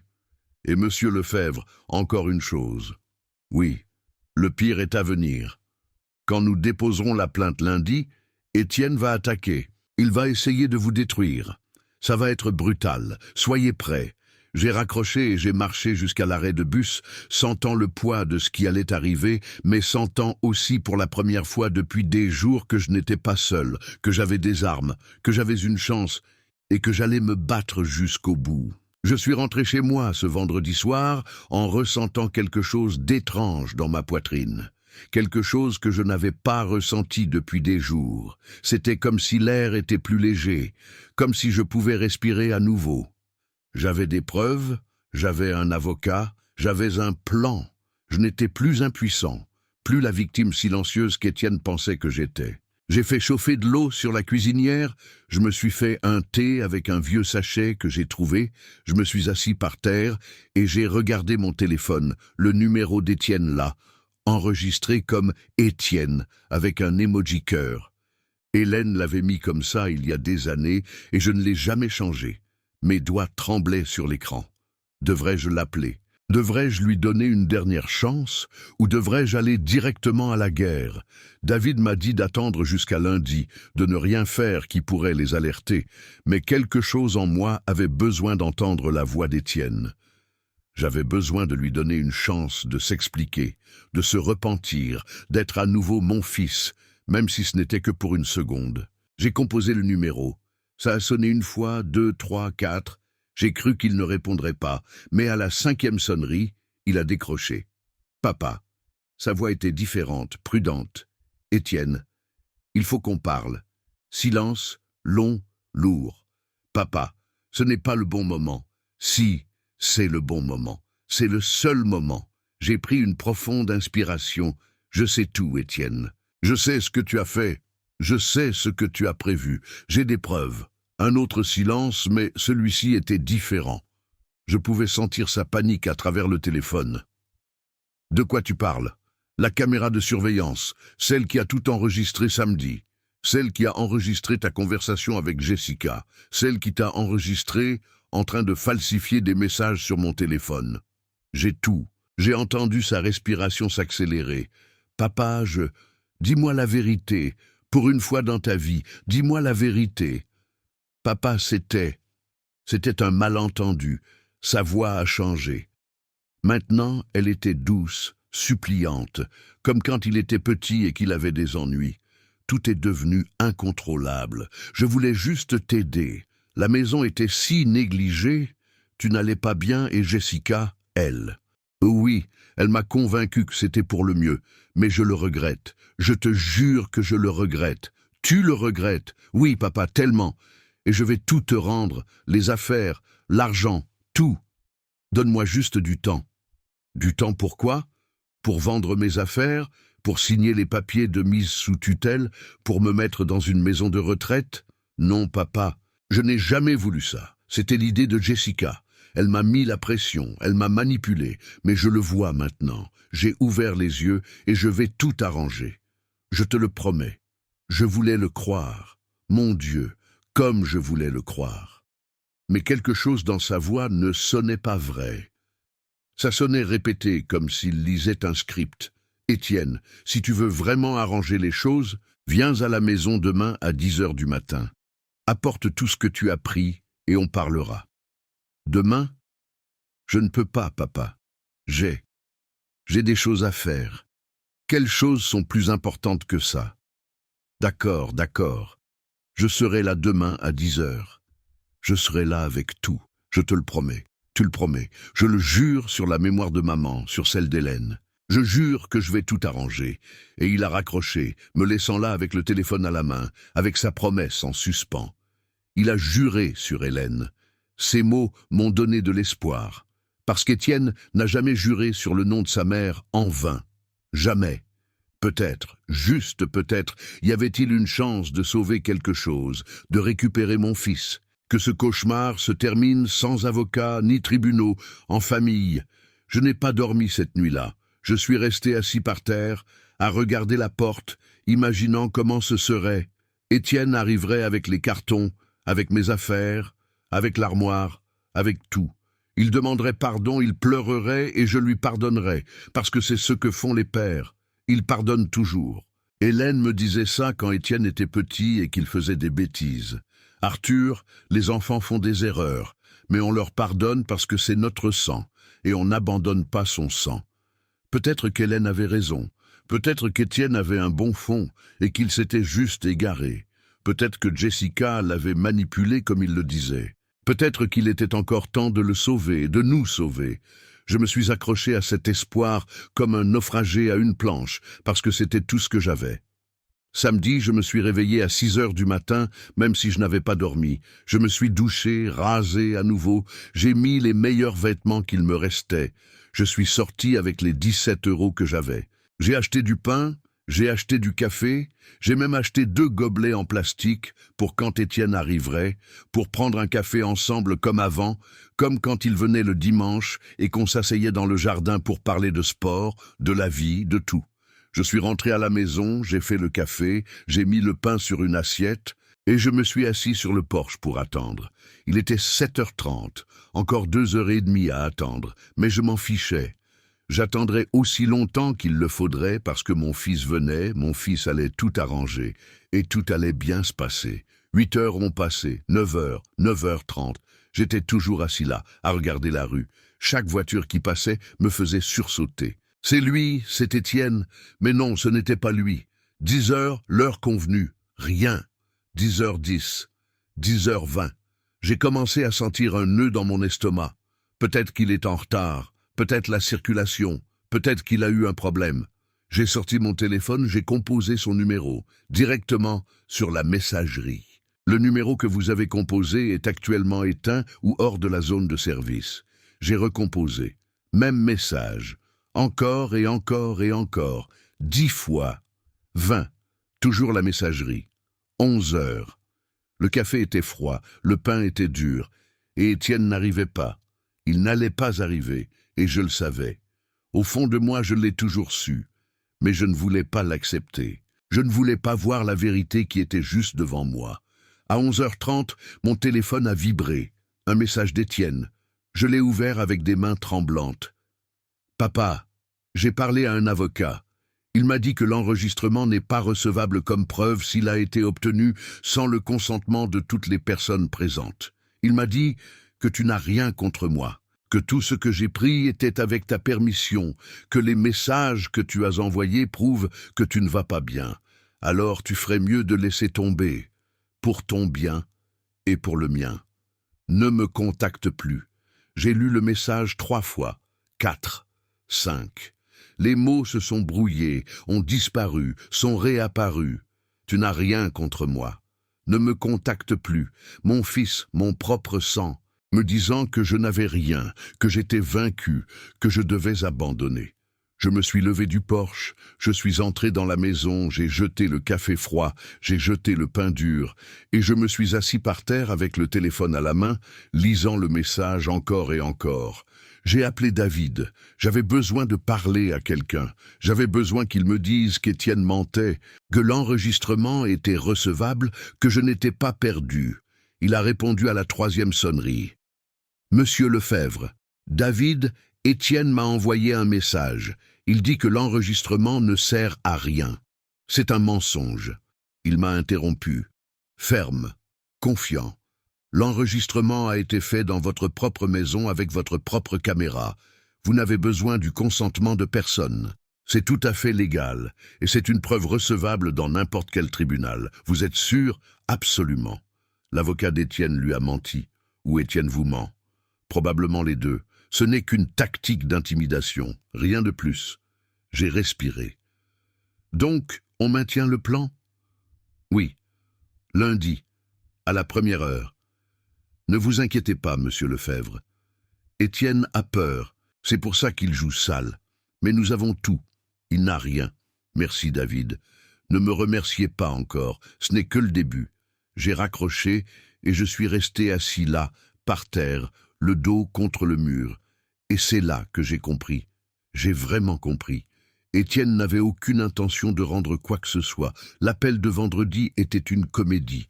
Ses excuses étaient des mensonges. Sa promesse était un piège. Il m'a fait attendre toute la journée. Il m'a fait espérer. Il m'a fait croire qu'il restait encore quelque chose de mon fils en lui, juste pour me détruire à nouveau, juste pour me montrer qu'il avait le contrôle. qu'il pouvait jouer avec moi, que j'étais une marionnette et qu'il tirait les ficelles. Et le pire dans tout ça, c'est que ça a marché. J'y ai cru comme un idiot, comme un vieil homme désespéré. Je me suis accroché à l'espoir comme si c'était réel, et il me l'a arraché avec un message froid, calculé, cruel. J'ai fermé les yeux et j'ai vu Étienne enfant, 5 ans, pleurant parce qu'il était tombé de vélo, et moi là, nettoyant son genou, séchant ses larmes. Ce n'est rien, mon fils, ce n'est rien. Papa est là. Et il me serrait fort dans ses bras, comme si j'étais son héros, son protecteur, son monde entier. Quand ce petit garçon s'est-il transformé en l'homme qui venait de me détruire avec un message texte? Quand a-t-il cessé de me voir comme son père pour me voir comme un fardeau, comme quelque chose à éliminer? J'ai ouvert les yeux et j'ai regardé mon téléphone. Le message toujours là. Ne me contacte plus. Et quelque chose en moi s'est brisé. Ce n'était pas de la tristesse, ce n'était pas de la douleur, c'était de la rage, pure, brûlante, dévastatrice. Étienne pensait qu'il n'avait rien contre lui. Il pensait que j'étais seul, que j'étais vaincu. Mais il avait tort, parce que maintenant, je ne voulais plus lui pardonner. Je ne voulais plus sauver la relation. Je ne voulais plus retrouver mon fils, parce que ce fils n'existait plus. Peut-être n'avait-il jamais existé. Et la seule chose qui restait était de le faire payer. Dimanche matin, quelqu'un a frappé à la porte tôt, trop tôt. Il était 7 heures. J'ai regardé par le Judas. C'était Sarah. J'ai ouvert. « Bonjour, monsieur Lefebvre. »« Sarah, que faites-vous ici si tôt? J'ai amené quelqu'un que vous devez rencontrer. » Elle s'est écartée et derrière elle est apparu un homme, la cinquantaine, costume sombre, cravate bleue, une mallette en cuir à la main. C'était David, monsieur Lefebvre. Je sais que nous avions convenu lundi, mais quelque chose est survenu et je devais venir aujourd'hui. Pouvons-nous entrer? Bien sûr, entrez. Ils sont entrés, se sont assis par terre car il n'y avait nulle part ailleurs. Sarah a sorti un ordinateur portable de son sac. David a ouvert sa mallette. « Monsieur Lefebvre, j'ai fait des recherches sur Jessica, » a dit David. « Et j'ai trouvé quelque chose d'énorme. Mon cœur s'est accéléré. Qu'avez-vous trouvé ?» David a sorti un dossier, l'a ouvert. Des documents, des photos, des captures d'écran. Jessica Clark, 32 ans, mariée 3 fois. Les 3 mariages se sont terminés de la même manière. Des maris plus âgés, des familles détruites, des biens transférés, et elle disparaissant avec tout. Il m'a montré des photos, des hommes plus âgés, 60, 70 ans, certains en fauteuil roulant, d'autres avec des cannes, tous avec le même regard vide, brisé comme le mien. Jessica est une arnaqueuse professionnelle. Elle se spécialise dans les hommes vulnérables, les veufs récents, les malades, les solitaires. Elle les approche par l'intermédiaire de leurs enfants, séduit les enfants, les convainc que leurs parents ont besoin de soins, puis les dépouille de tout. Mon Dieu, il y a plus. Jessica a un réseau. Elle travaille avec un avocat, Robert Castellanos, un notaire, James Pinto, et un médecin, Grégory Lambert. Le docteur Lambert, celui qui a vendu le faux certificat à Étienne. Ils travaillent tous ensemble. C'est une opération coordonnée. Et ils ont détruit au moins 7 familles au cours des 5 dernières années. Sarah a ouvert son ordinateur portable, est allée sur Instagram. Et regardez ça. C'était le profil de Jessica. Privé, mais Sarah y avait eu accès. Je n'ai pas demandé comment. Les photos montraient une vie de luxe. Restaurant cher, hôtel 5 étoiles, bijoux, sac à main de marque. Et sur l'une des photos de jeudi, j'ai reconnu quelque chose. Un collier en or avec une émeraude. Le collier d'Hélène, celui que je lui avais offert pour notre 30e anniversaire. Elle le portait pour chaque occasion spéciale. Et maintenant, il était autour du cou de Jessica avec une légende. Nouveau trésor vintage, d'antiquité, savait histoire, de luxe intemporel. J'ai eu l'impression d'étouffer. Elle vend les affaires d'Hélène. Pas seulement ça, a dit Sarah. Regardez les commentaires. Il y en avait des dizaines, des gens demandant des prix, intéressés par l'achat, et Jessica répondant « Disponible, MP pour les détails ». Elle utilise Instagram comme une vitrine, et il y a d'autres choses de votre maison ici. Regardez, elle m'a montré d'autres photos, le vase de ma mère, les assiettes en porcelaine, les rideaux brodés, tout étiqueté, mis en vente comme si c'était des déchets. Monsieur Lefebvre, a dit David, Jessica n'est pas seulement la femme d'Étienne, elle est le cerveau derrière tout ça. Elle l'a cherché, l'a séduit, l'a utilisé, et elle le jettera probablement quand il ne sera plus utile. Et Étienne, le savait-il? Je ne sais pas. Peut-être. Peut-être pas. Peut-être qu'il était une victime au début et qu'il est ensuite devenu un complice. Ce que je sais, c'est qu'ils sont tous les deux coupables et qu'ils vont tous les deux payer. David a sorti d'autres papiers. J'ai contacté les autres familles, les victimes de Jessica. 3 d'entre elles ont accepté de témoigner. Leurs histoires sont identiques à la vôtre. Maisons vidées, virements bancaires, faux certificats médicaux, mise sous tutelle, tout pareil, même schéma, mêmes acteurs. Et ça nous aide beaucoup parce que ça montre que ce n'est pas un cas isolé, c'est un schéma criminel, une entreprise criminelle. Et ça facilite l'obtention de mandats d'arrêt, de comptes gelés et de peines plus lourdes. Sarah a fermé son ordinateur portable. Elle m'a regardé. Monsieur Lefebvre, il y a autre chose que vous devriez savoir. Quoi? Mon grand-père, celui dont je vous ai parlé, la raison pour laquelle je vous aide. J'ai hoché la tête. Il a été l'une des victimes de Jessica. Je me suis figé. Quoi? Il y a 4 ans, Jessica a approché mon oncle, le fils de mon grand-père. Elle l'a séduit, ils se sont mariés, et en 6 mois, mon grand-père était dans une maison de retraite sans argent, sans maison, sans rien. Il est mort 1 an plus tard, brisé, seul, convaincu que sa famille l'avait abandonné. Quand nous avons essayé d'aider, c'était trop tard. Jessica avait disparu et mon oncle était détruit. Il s'est suicidé 6 mois plus tard. La voix de Sarah s'est brisée. J'avais 20 ans. Je n'ai pas compris, je ne savais pas, et je m'en veux pour ça, de ne pas en avoir fait plus, de ne pas l'avoir sauvé. J'ai pris sa main, ce n'était pas ta faute. Si, c'était ma faute, parce que j'ai eu la chance et je ne l'ai pas saisie. Mais maintenant, je l'ai à nouveau avec vous, et je ne vais pas la gâcher. David s'est levé. Monsieur Lefebvre, ce n'est plus seulement votre affaire, c'est une affaire contre une organisation criminelle. Et j'ai déjà contacté le bureau du procureur. Ils sont intéressés, très intéressés, car si nous pouvons démanteler ce réseau, nous pourrions sauver de nombreuses autres familles. Ce dont ils ont besoin de ma part, c'est de votre témoignage, de votre enregistrement et de votre courage, parce que ça va devenir moche. Jessica et ses partenaires vont se battre. Ils vont essayer de vous intimider, de vous menacer, de vous discréditer. Ils vont dire que vous êtes fou, que tout est un mensonge, que l'enregistrement est faux. Ils vont utiliser toutes les ressources dont ils disposent. Je m'en fiche. Vous êtes sûr? Oui, parce que si je ne le fais pas pour moi, je le ferai pour le grand-père de Sarah, pour les autres victimes, pour tous ceux qui n'ont pas pu se défendre. David a souri. Bien, parce que nous allons en avoir besoin, de cette détermination, de cette colère. Il s'est accroupi, m'a regardé droit dans les yeux.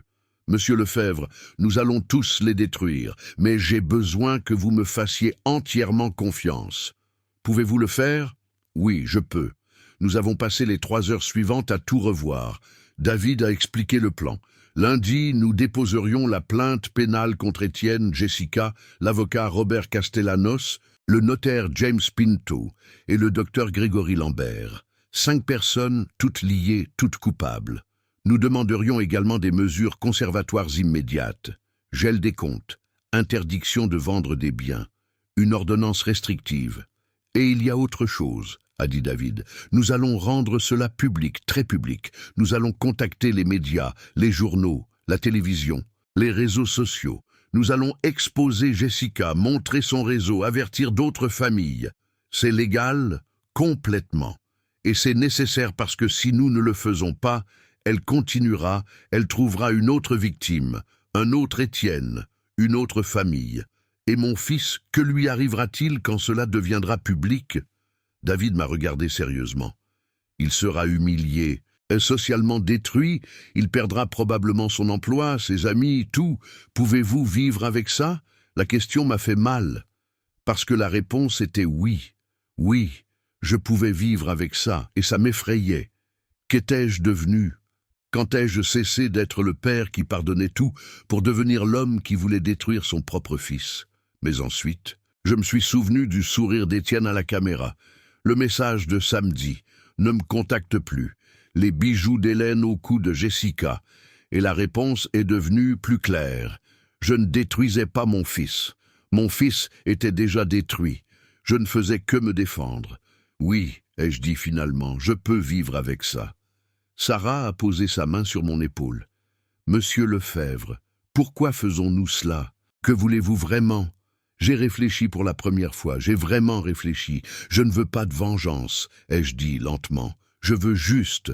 Je veux qu'Étienne me regarde et qu'il ait honte. Je veux qu'il sache que ce qu'il a fait était mal, qu'il m'a détruit, et que malgré tout, je me suis relevé, je me suis battu et j'ai gagné. C'est ce que je veux. David a rangé ses papiers. Très bien, demain à 8 heures, nous nous retrouverons au palais de justice.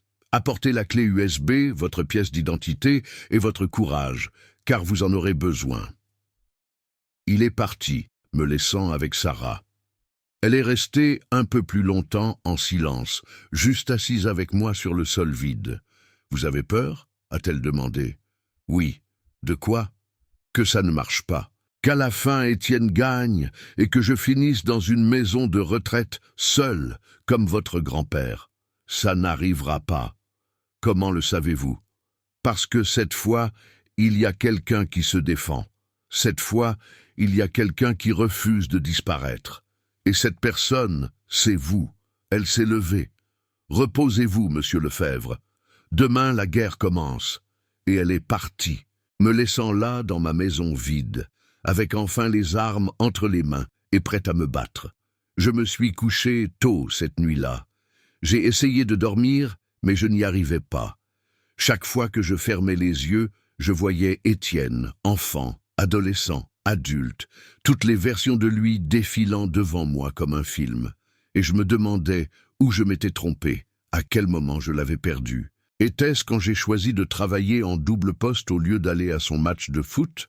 Était-ce quand Hélène est tombée malade et que je me suis enfermé dans mon chagrin en le laissant seul? Était-ce avant ça? Était-ce toujours là? Peut-être qu'Étienne a toujours eu ça en lui, cette capacité à détruire, et que je ne l'ai tout simplement pas vu, ou que je n'ai pas voulu le voir. Parce que les parents ne veulent pas voir le mal chez leurs enfants. Nous voulons croire qu'ils sont bons, qu'ils sont meilleurs que nous, que le monde ne les brisera pas. Mais parfois, nous nous trompons, et le temps que nous nous en rendions compte, il est trop tard. Je me suis levé du sol, je suis allé à la cuisine, j'ai pris de l'eau et j'ai regardé par la fenêtre. La rue vide, la nuit silencieuse, et j'ai pensé à Hélène, à ce qu'elle dirait si elle était là, Arthur. Les enfants ne nous sont que prêtés. Ils viennent à travers nous, pas pour nous. Et parfois, juste parfois, nous devons les laisser partir, même si ça fait mal, même si ça nous tue. Peut-être qu'Hélène avait raison, peut-être qu'il était temps de laisser partir. Pas l'Étienne qui était, il n'existait plus, mais l'Étienne que je croyais qu'il était, le fils que j'imaginais, le fils qui n'a jamais été réel.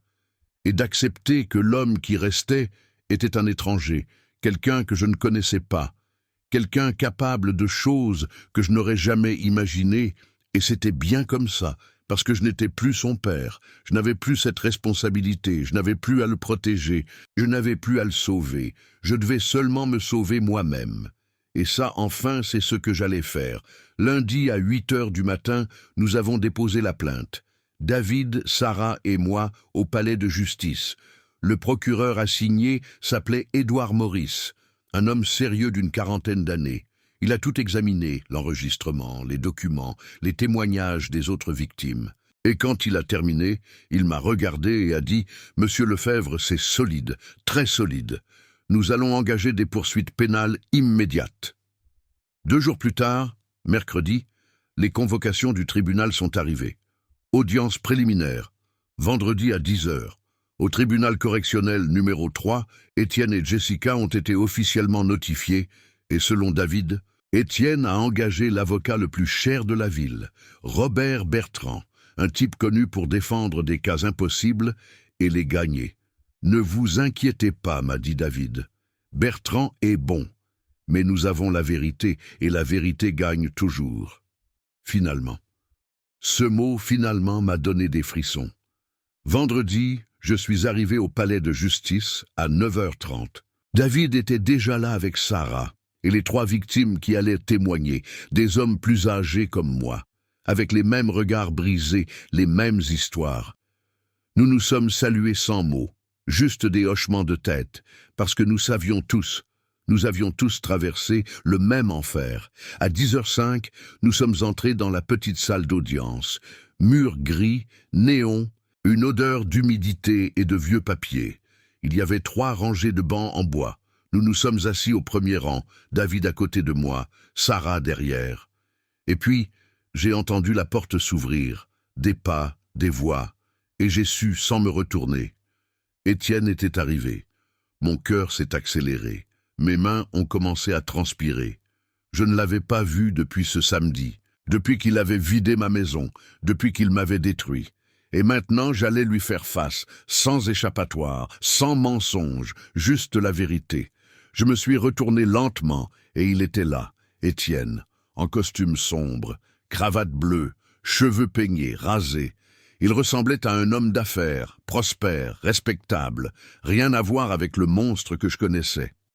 À côté de lui, Jessica, robe noire, talons, maquillage parfait, comme si elle était à une réception, pas à une audience criminelle.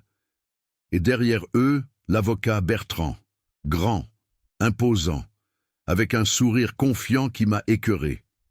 Étienne m'a vu. Nos regards se sont croisés. Et pendant une seconde, juste une seconde, j'ai vu quelque chose.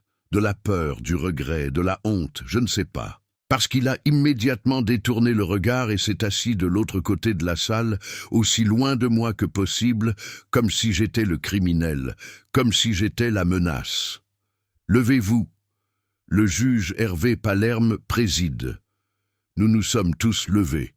Le juge est entré. Un homme d'une 60aine d'années, cheveux blancs, lunettes épaisses, expression sérieuse. Il s'est assis, a examiné les papiers devant lui et a parlé. « Bonjour, nous sommes ici pour l'audience préliminaire dans l'affaire 2025-36-847. Le peuple contre Étienne Lefebvre et Jessica Clark. Pour les crimes de vol aggravé, fraude, falsification de documents et complot. » Sa voix était profonde, autoritaire. Avant de continuer, je demande, y a-t-il une possibilité de règlement entre les parties? Bertrand s'est levé. Oui, votre honneur, mon client est prêt à trouver un accord. Il reconnaît qu'il y a eu des malentendus et est prêt à restituer certains biens litigieux en échange de l'abandon des charges. Le juge m'a regardé. Monsieur Arthur Lefebvre. David m'a touché le bras. Je me suis levé. Non, votre honneur, il n'y a aucun accord possible. Le juge a hoché la tête. Très bien, continuons. Monsieur Maurice, présentez vos preuves.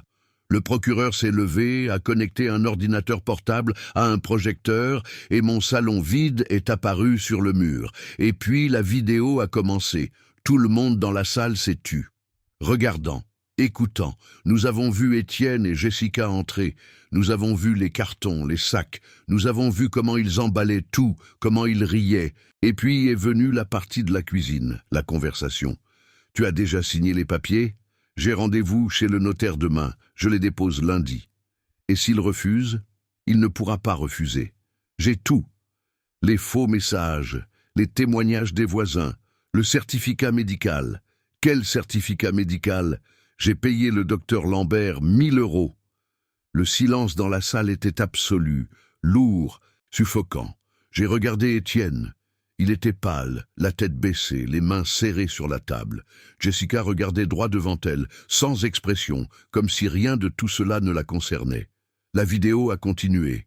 Nous avons vu Étienne falsifier les messages sur mon téléphone. Nous avons vu Jessica essayer les bijoux d'Hélène. Nous avons tout vu, chaque seconde, chaque mot, chaque trahison. Quand ce fut terminé, le juge a éteint le projecteur, a enlevé ses lunettes, les a nettoyées lentement et a parlé. Monsieur Étienne Lefebvre, avez-vous quelque chose à dire? Silence. Long, lourd. Étienne ne bougeait pas. Bertrand lui a chuchoté quelque chose à l'oreille. Étienne a secoué la tête. « Monsieur Lefebvre, je vous ai posé une question. Avez-vous quelque chose à dire pour votre défense ?» Étienne a levé la tête. Lentement, il m'a regardé pour la première fois depuis son entrée dans la salle, et il a parlé. Sa voix était rauque, brisée. C'était censé être à nous. Tout le monde s'est tu. Qu'a-t-il dit ? A demandé le juge. C'était censé être à nous. La maison, l'argent, tout. Maman n'était plus là, et lui. Il m'a montré du doigt. Il allait mourir seul de toute façon. Dans quelques années, peut-être des mois. Pourquoi attendre ? Pourquoi faire semblant de s'en soucier alors qu'il ne s'en est jamais soucié ? Je me suis levé sans réfléchir, sans planifier. Comment peux-tu dire ça ? Ma voix est sortie plus fort que prévu. Monsieur Lefebvre, s'il vous plaît. Le juge a essayé de me calmer, mais je ne pouvais pas. Pas à ce moment-là. Je ne me suis jamais soucié de toi. Je t'ai élevé quand ta mère travaillait en double poste. Je t'ai emmené à l'école. Je t'ai aidé avec tes devoirs. Je t'ai appris à faire du vélo, à utiliser des outils, à être un homme. Et tu dis que je ne me suis jamais soucié de toi ? Étienne s'est levé aussi. Maintenant, nous étions tous les deux debout, face à face. Tu n'étais jamais là. Toujours au travail, toujours à l'atelier. Maman m'a élevé seule pendant que tu te cachais au travail. Je travaillais pour te nourrir, pour payer tes études, pour te donner un toit. Je n'ai rien demandé de tout ça. J'ai juste demandé que tu sois là, que tu me vois, mais tu ne l'as jamais fait. Ordre, ordre dans la cour. Le juge a frappé fort avec son marteau, à plusieurs reprises. Messieurs, asseyez-vous, immédiatement. Je me suis assis, tremblant, respirant vite. Étienne s'est assis aussi, les larmes aux yeux, et je ne savais pas si elles étaient réelles ou une comédie. Je ne savais plus rien de mon fils.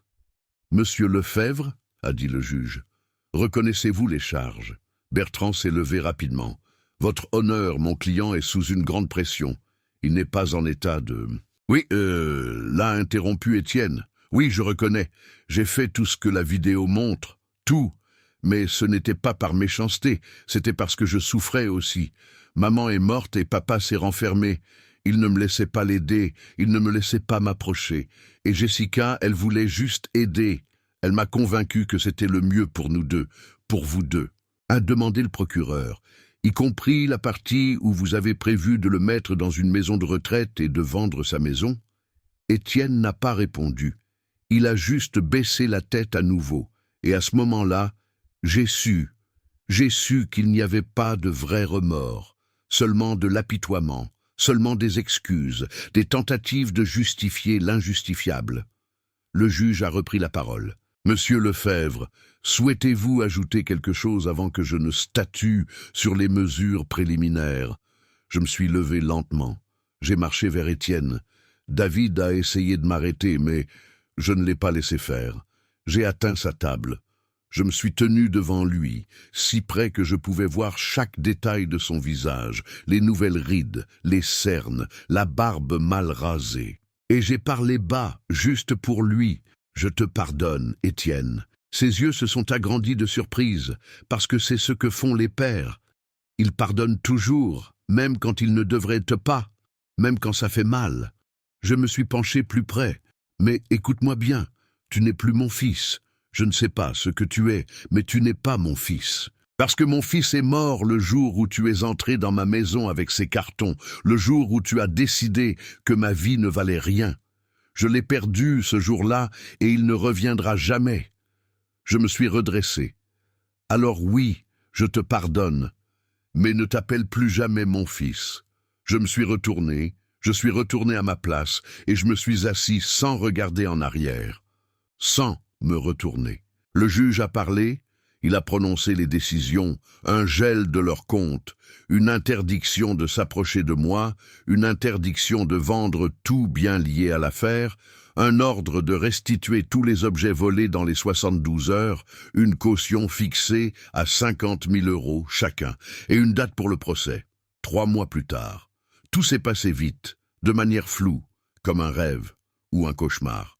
Et quand le juge a frappé avec son marteau pour la dernière fois et a dit « La séance est levée », j'étais déjà debout, marchant vers la sortie. David m'a suivi, Sarah aussi. Et quand j'ai franchi ce seuil, quand j'ai quitté cette salle, j'ai ressenti quelque chose d'étrange, une libération, pas du bonheur, pas de la victoire, juste une libération, comme si un poids que je portais depuis des années sans m'en rendre compte avait été soulevé. Dehors, il y avait des journalistes, des caméras, des micros. David les avait appelés. Comme promis, ils nous ont entourés. Monsieur Lefebvre, comment vous sentez-vous? Quel message avez-vous pour les autres familles? Allez-vous pardonner à votre fils? Les questions venaient de tous les côtés. Je n'ai dit qu'une seule chose, une seule. Si quelqu'un traverse ça, si quelqu'un sent que sa famille le trahit, ne restez pas silencieux. Parlez, cherchez de l'aide, parce que vous comptez, votre vie compte, et personne, pas même votre propre sang, n'a le droit de vous enlever ça. Et je suis parti, lentement, avec David d'un côté, Sarah de l'autre, laissant le palais de justice derrière moi, laissant Étienne derrière moi, laissant derrière moi le fils qui n'a jamais été ce que je pensais qu'il était.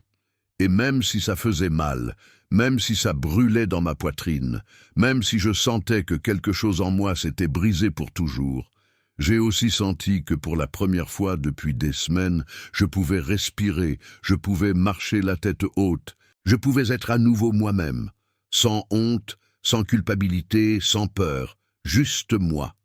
Arthur Lefebvre, 68 ans, menuisier, veuf, survivant. 3 mois plus tard, je suis assis dans mon fauteuil. Pas l'ancien qu'ils ont pris, celui-ci est neuf. Acheté dans un marché aux puces, d'occasion mais confortable. Il a coûté 30 €. Il a coûté tout ce que j'avais à ce moment-là. Mais ça en valait la peine parce que maintenant j'ai un endroit où m'asseoir, où me reposer, où regarder la télé que j'ai aussi achetée, une petite de 20 pouces. Mais elle fonctionne. La maison n'est plus vide, pas pleine comme avant. Mais elle a l'essentiel. Un lit, une table, 2 chaises, des casseroles, des assiettes, des couverts. Et tout acheté petit à petit avec l'argent qu'Étienne a dû me rendre. Pas la totalité, car beaucoup a été perdu, vendu, disparu, mais assez pour recommencer, pour revivre. Les murs ne sont plus nus. Il y a de nouvelles photos, mais ce ne sont pas celles d'Hélène, ni d'Étienne. Ce sont celles de Sarah, de David, de M. Perrin, des gens qui sont restés, qui m'ont aidé, qui m'ont sauvé. Le procès a eu lieu il y a 2 semaines. Étienne a été condamné. 3 ans, mais le juge lui a accordé l'assignation à résidence, considérant qu'il n'avait pas de casier judiciaire. Il doit payer une amende de 25 000 €, plus la restitution complète de tout ce qui a été volé, plus 15 000 autres pour dommages moraux. Jessica n'a pas eu autant de chance. Elle est allée en prison, 5 ans, sans assignation à résidence, car il a été prouvé qu'elle avait fait la même chose à 7 autres familles. C'était une récidiviste, une criminelle professionnelle. Le docteur Lambert a perdu sa licence médicale. L'avocat Castellanos est sous enquête. Le notaire Pinto a été suspendu. Tout le réseau s'est effondré. Et tout a commencé avec mon cas, avec mon enregistrement, avec ma décision de ne pas me taire. David me l'a dit après le verdict. Monsieur Lefebvre, vous avez sauvé beaucoup de familles sans le savoir, juste en vous battant, juste en refusant de disparaître. Étienne a essayé de me parler après le verdict. Il m'a envoyé des messages, a appelé, et même venu à la maison, a frappé à la porte. « Papa, s'il te plaît, j'ai besoin de te parler. » J'étais à l'intérieur, j'écoutais. « Papa, je suis désolé, je suis vraiment désolé. J'ai fait une erreur horrible, mais je suis toujours ton fils. Je suis toujours Étienne, s'il te plaît. » Il a frappé pendant 10 minutes, puis a abandonné, est parti, et je suis resté là, de l'autre côté de la porte, les larmes aux yeux, parce que oui, ça faisait mal. Bien sûr que ça faisait mal. C'était mon fils, mon sang. Mais Hélène m'a dit quelque chose une fois, il y a de nombreuses années, quand Étienne était adolescent et nous avait menti sur quelque chose. Je ne me souviens plus de quoi, mais je me souviens de ce qu'Hélène a dit. Arthur, la famille, ce n'est pas ceux qui partagent ton sang. La famille, c'est ceux qui restent, qui choisissent de rester. Même quand c'est difficile, même quand ça fait mal, c'est ça la vraie famille. Et elle avait raison, comme toujours. Maintenant, je rends visite à Sarah chaque semaine. Nous allons déjeuner. C'est elle qui paie parce que je n'ai toujours pas beaucoup d'argent, mais j'apporte toujours le dessert, des biscuits faits maison ou un gâteau que je fais sur ma vieille cuisinière, et nous parlons de tout, de rien. Elle me parle de son travail, de ses petits amis, de ses rêves, et j'écoute comme un grand-père, parce que c'est ce que je suis pour elle maintenant. Et elle est comme une petite fille pour moi, la famille que j'ai choisie, la famille qui est restée. Je rends aussi visite à David à son bureau, nous prenons un café et il me parle de ses cas, d'autres personnes comme moi, qui se battent contre des enfants, contre des frères et sœurs, contre des familles qui les ont trahis. Et je leur envoie des messages par l'intermédiaire de David. N'abandonnez pas. Vous comptez, votre vie compte. Battez-vous. Et certains le font, et ils gagnent, et ils m'écrivent après pour me remercier, et je leur dis, ne me remerciez pas, remerciez-vous d'avoir été courageux. Il y a un mois, David m'a demandé quelque chose. Monsieur Lefebvre, il y a un groupe de soutien pour les personnes âgées victimes de maltraitance familiale. Ils se réunissent tous les jeudis dans une église du centre-ville. Voudriez-vous y aller, peut-être parler, partager votre histoire, donner de l'espoir aux autres? La première fois, je n'ai fait qu'écouter. Il y avait une vingtaine de personnes, toutes de plus de 60 ans, toutes avec les mêmes regards, les mêmes histoires, des enfants qui ont volé, des familles qui ont trahi, des vies qui ont été détruites. Et quand ce fut mon tour de parler, je ne savais pas quoi dire. Je suis resté silencieux, paralysé.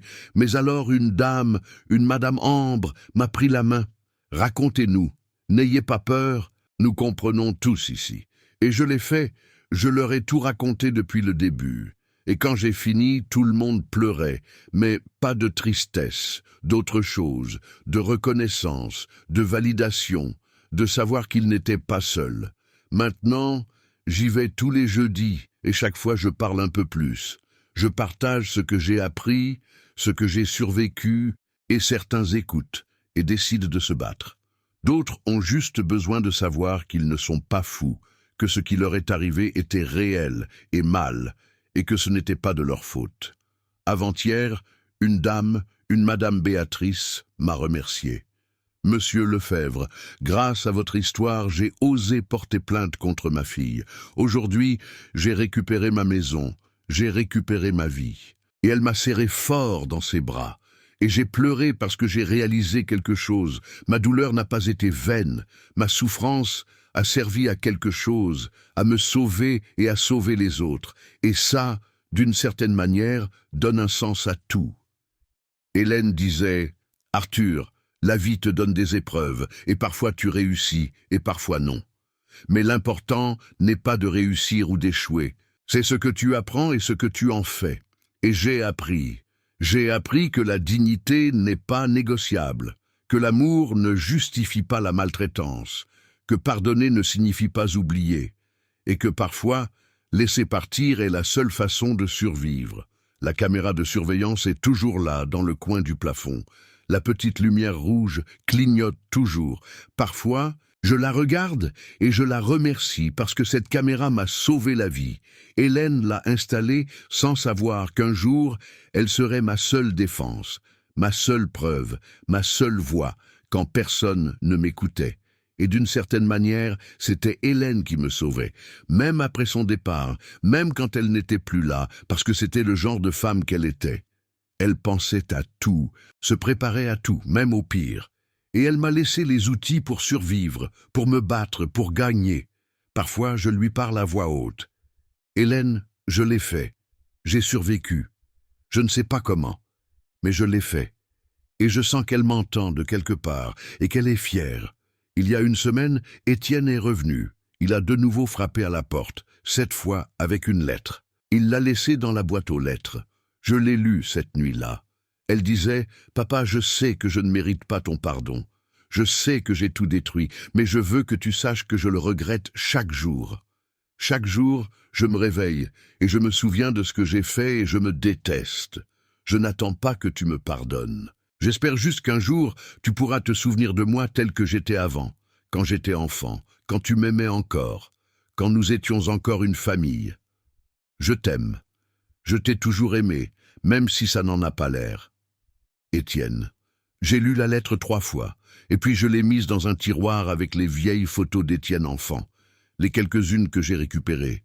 Je ne l'ai pas jetée, mais je n'ai pas répondu non plus, parce que je ne sais toujours pas quoi dire. Je ne sais toujours pas s'il y a quelque chose à dire. Peut-être un jour, peut-être jamais. Je ne sais pas, et c'est bien de ne pas savoir.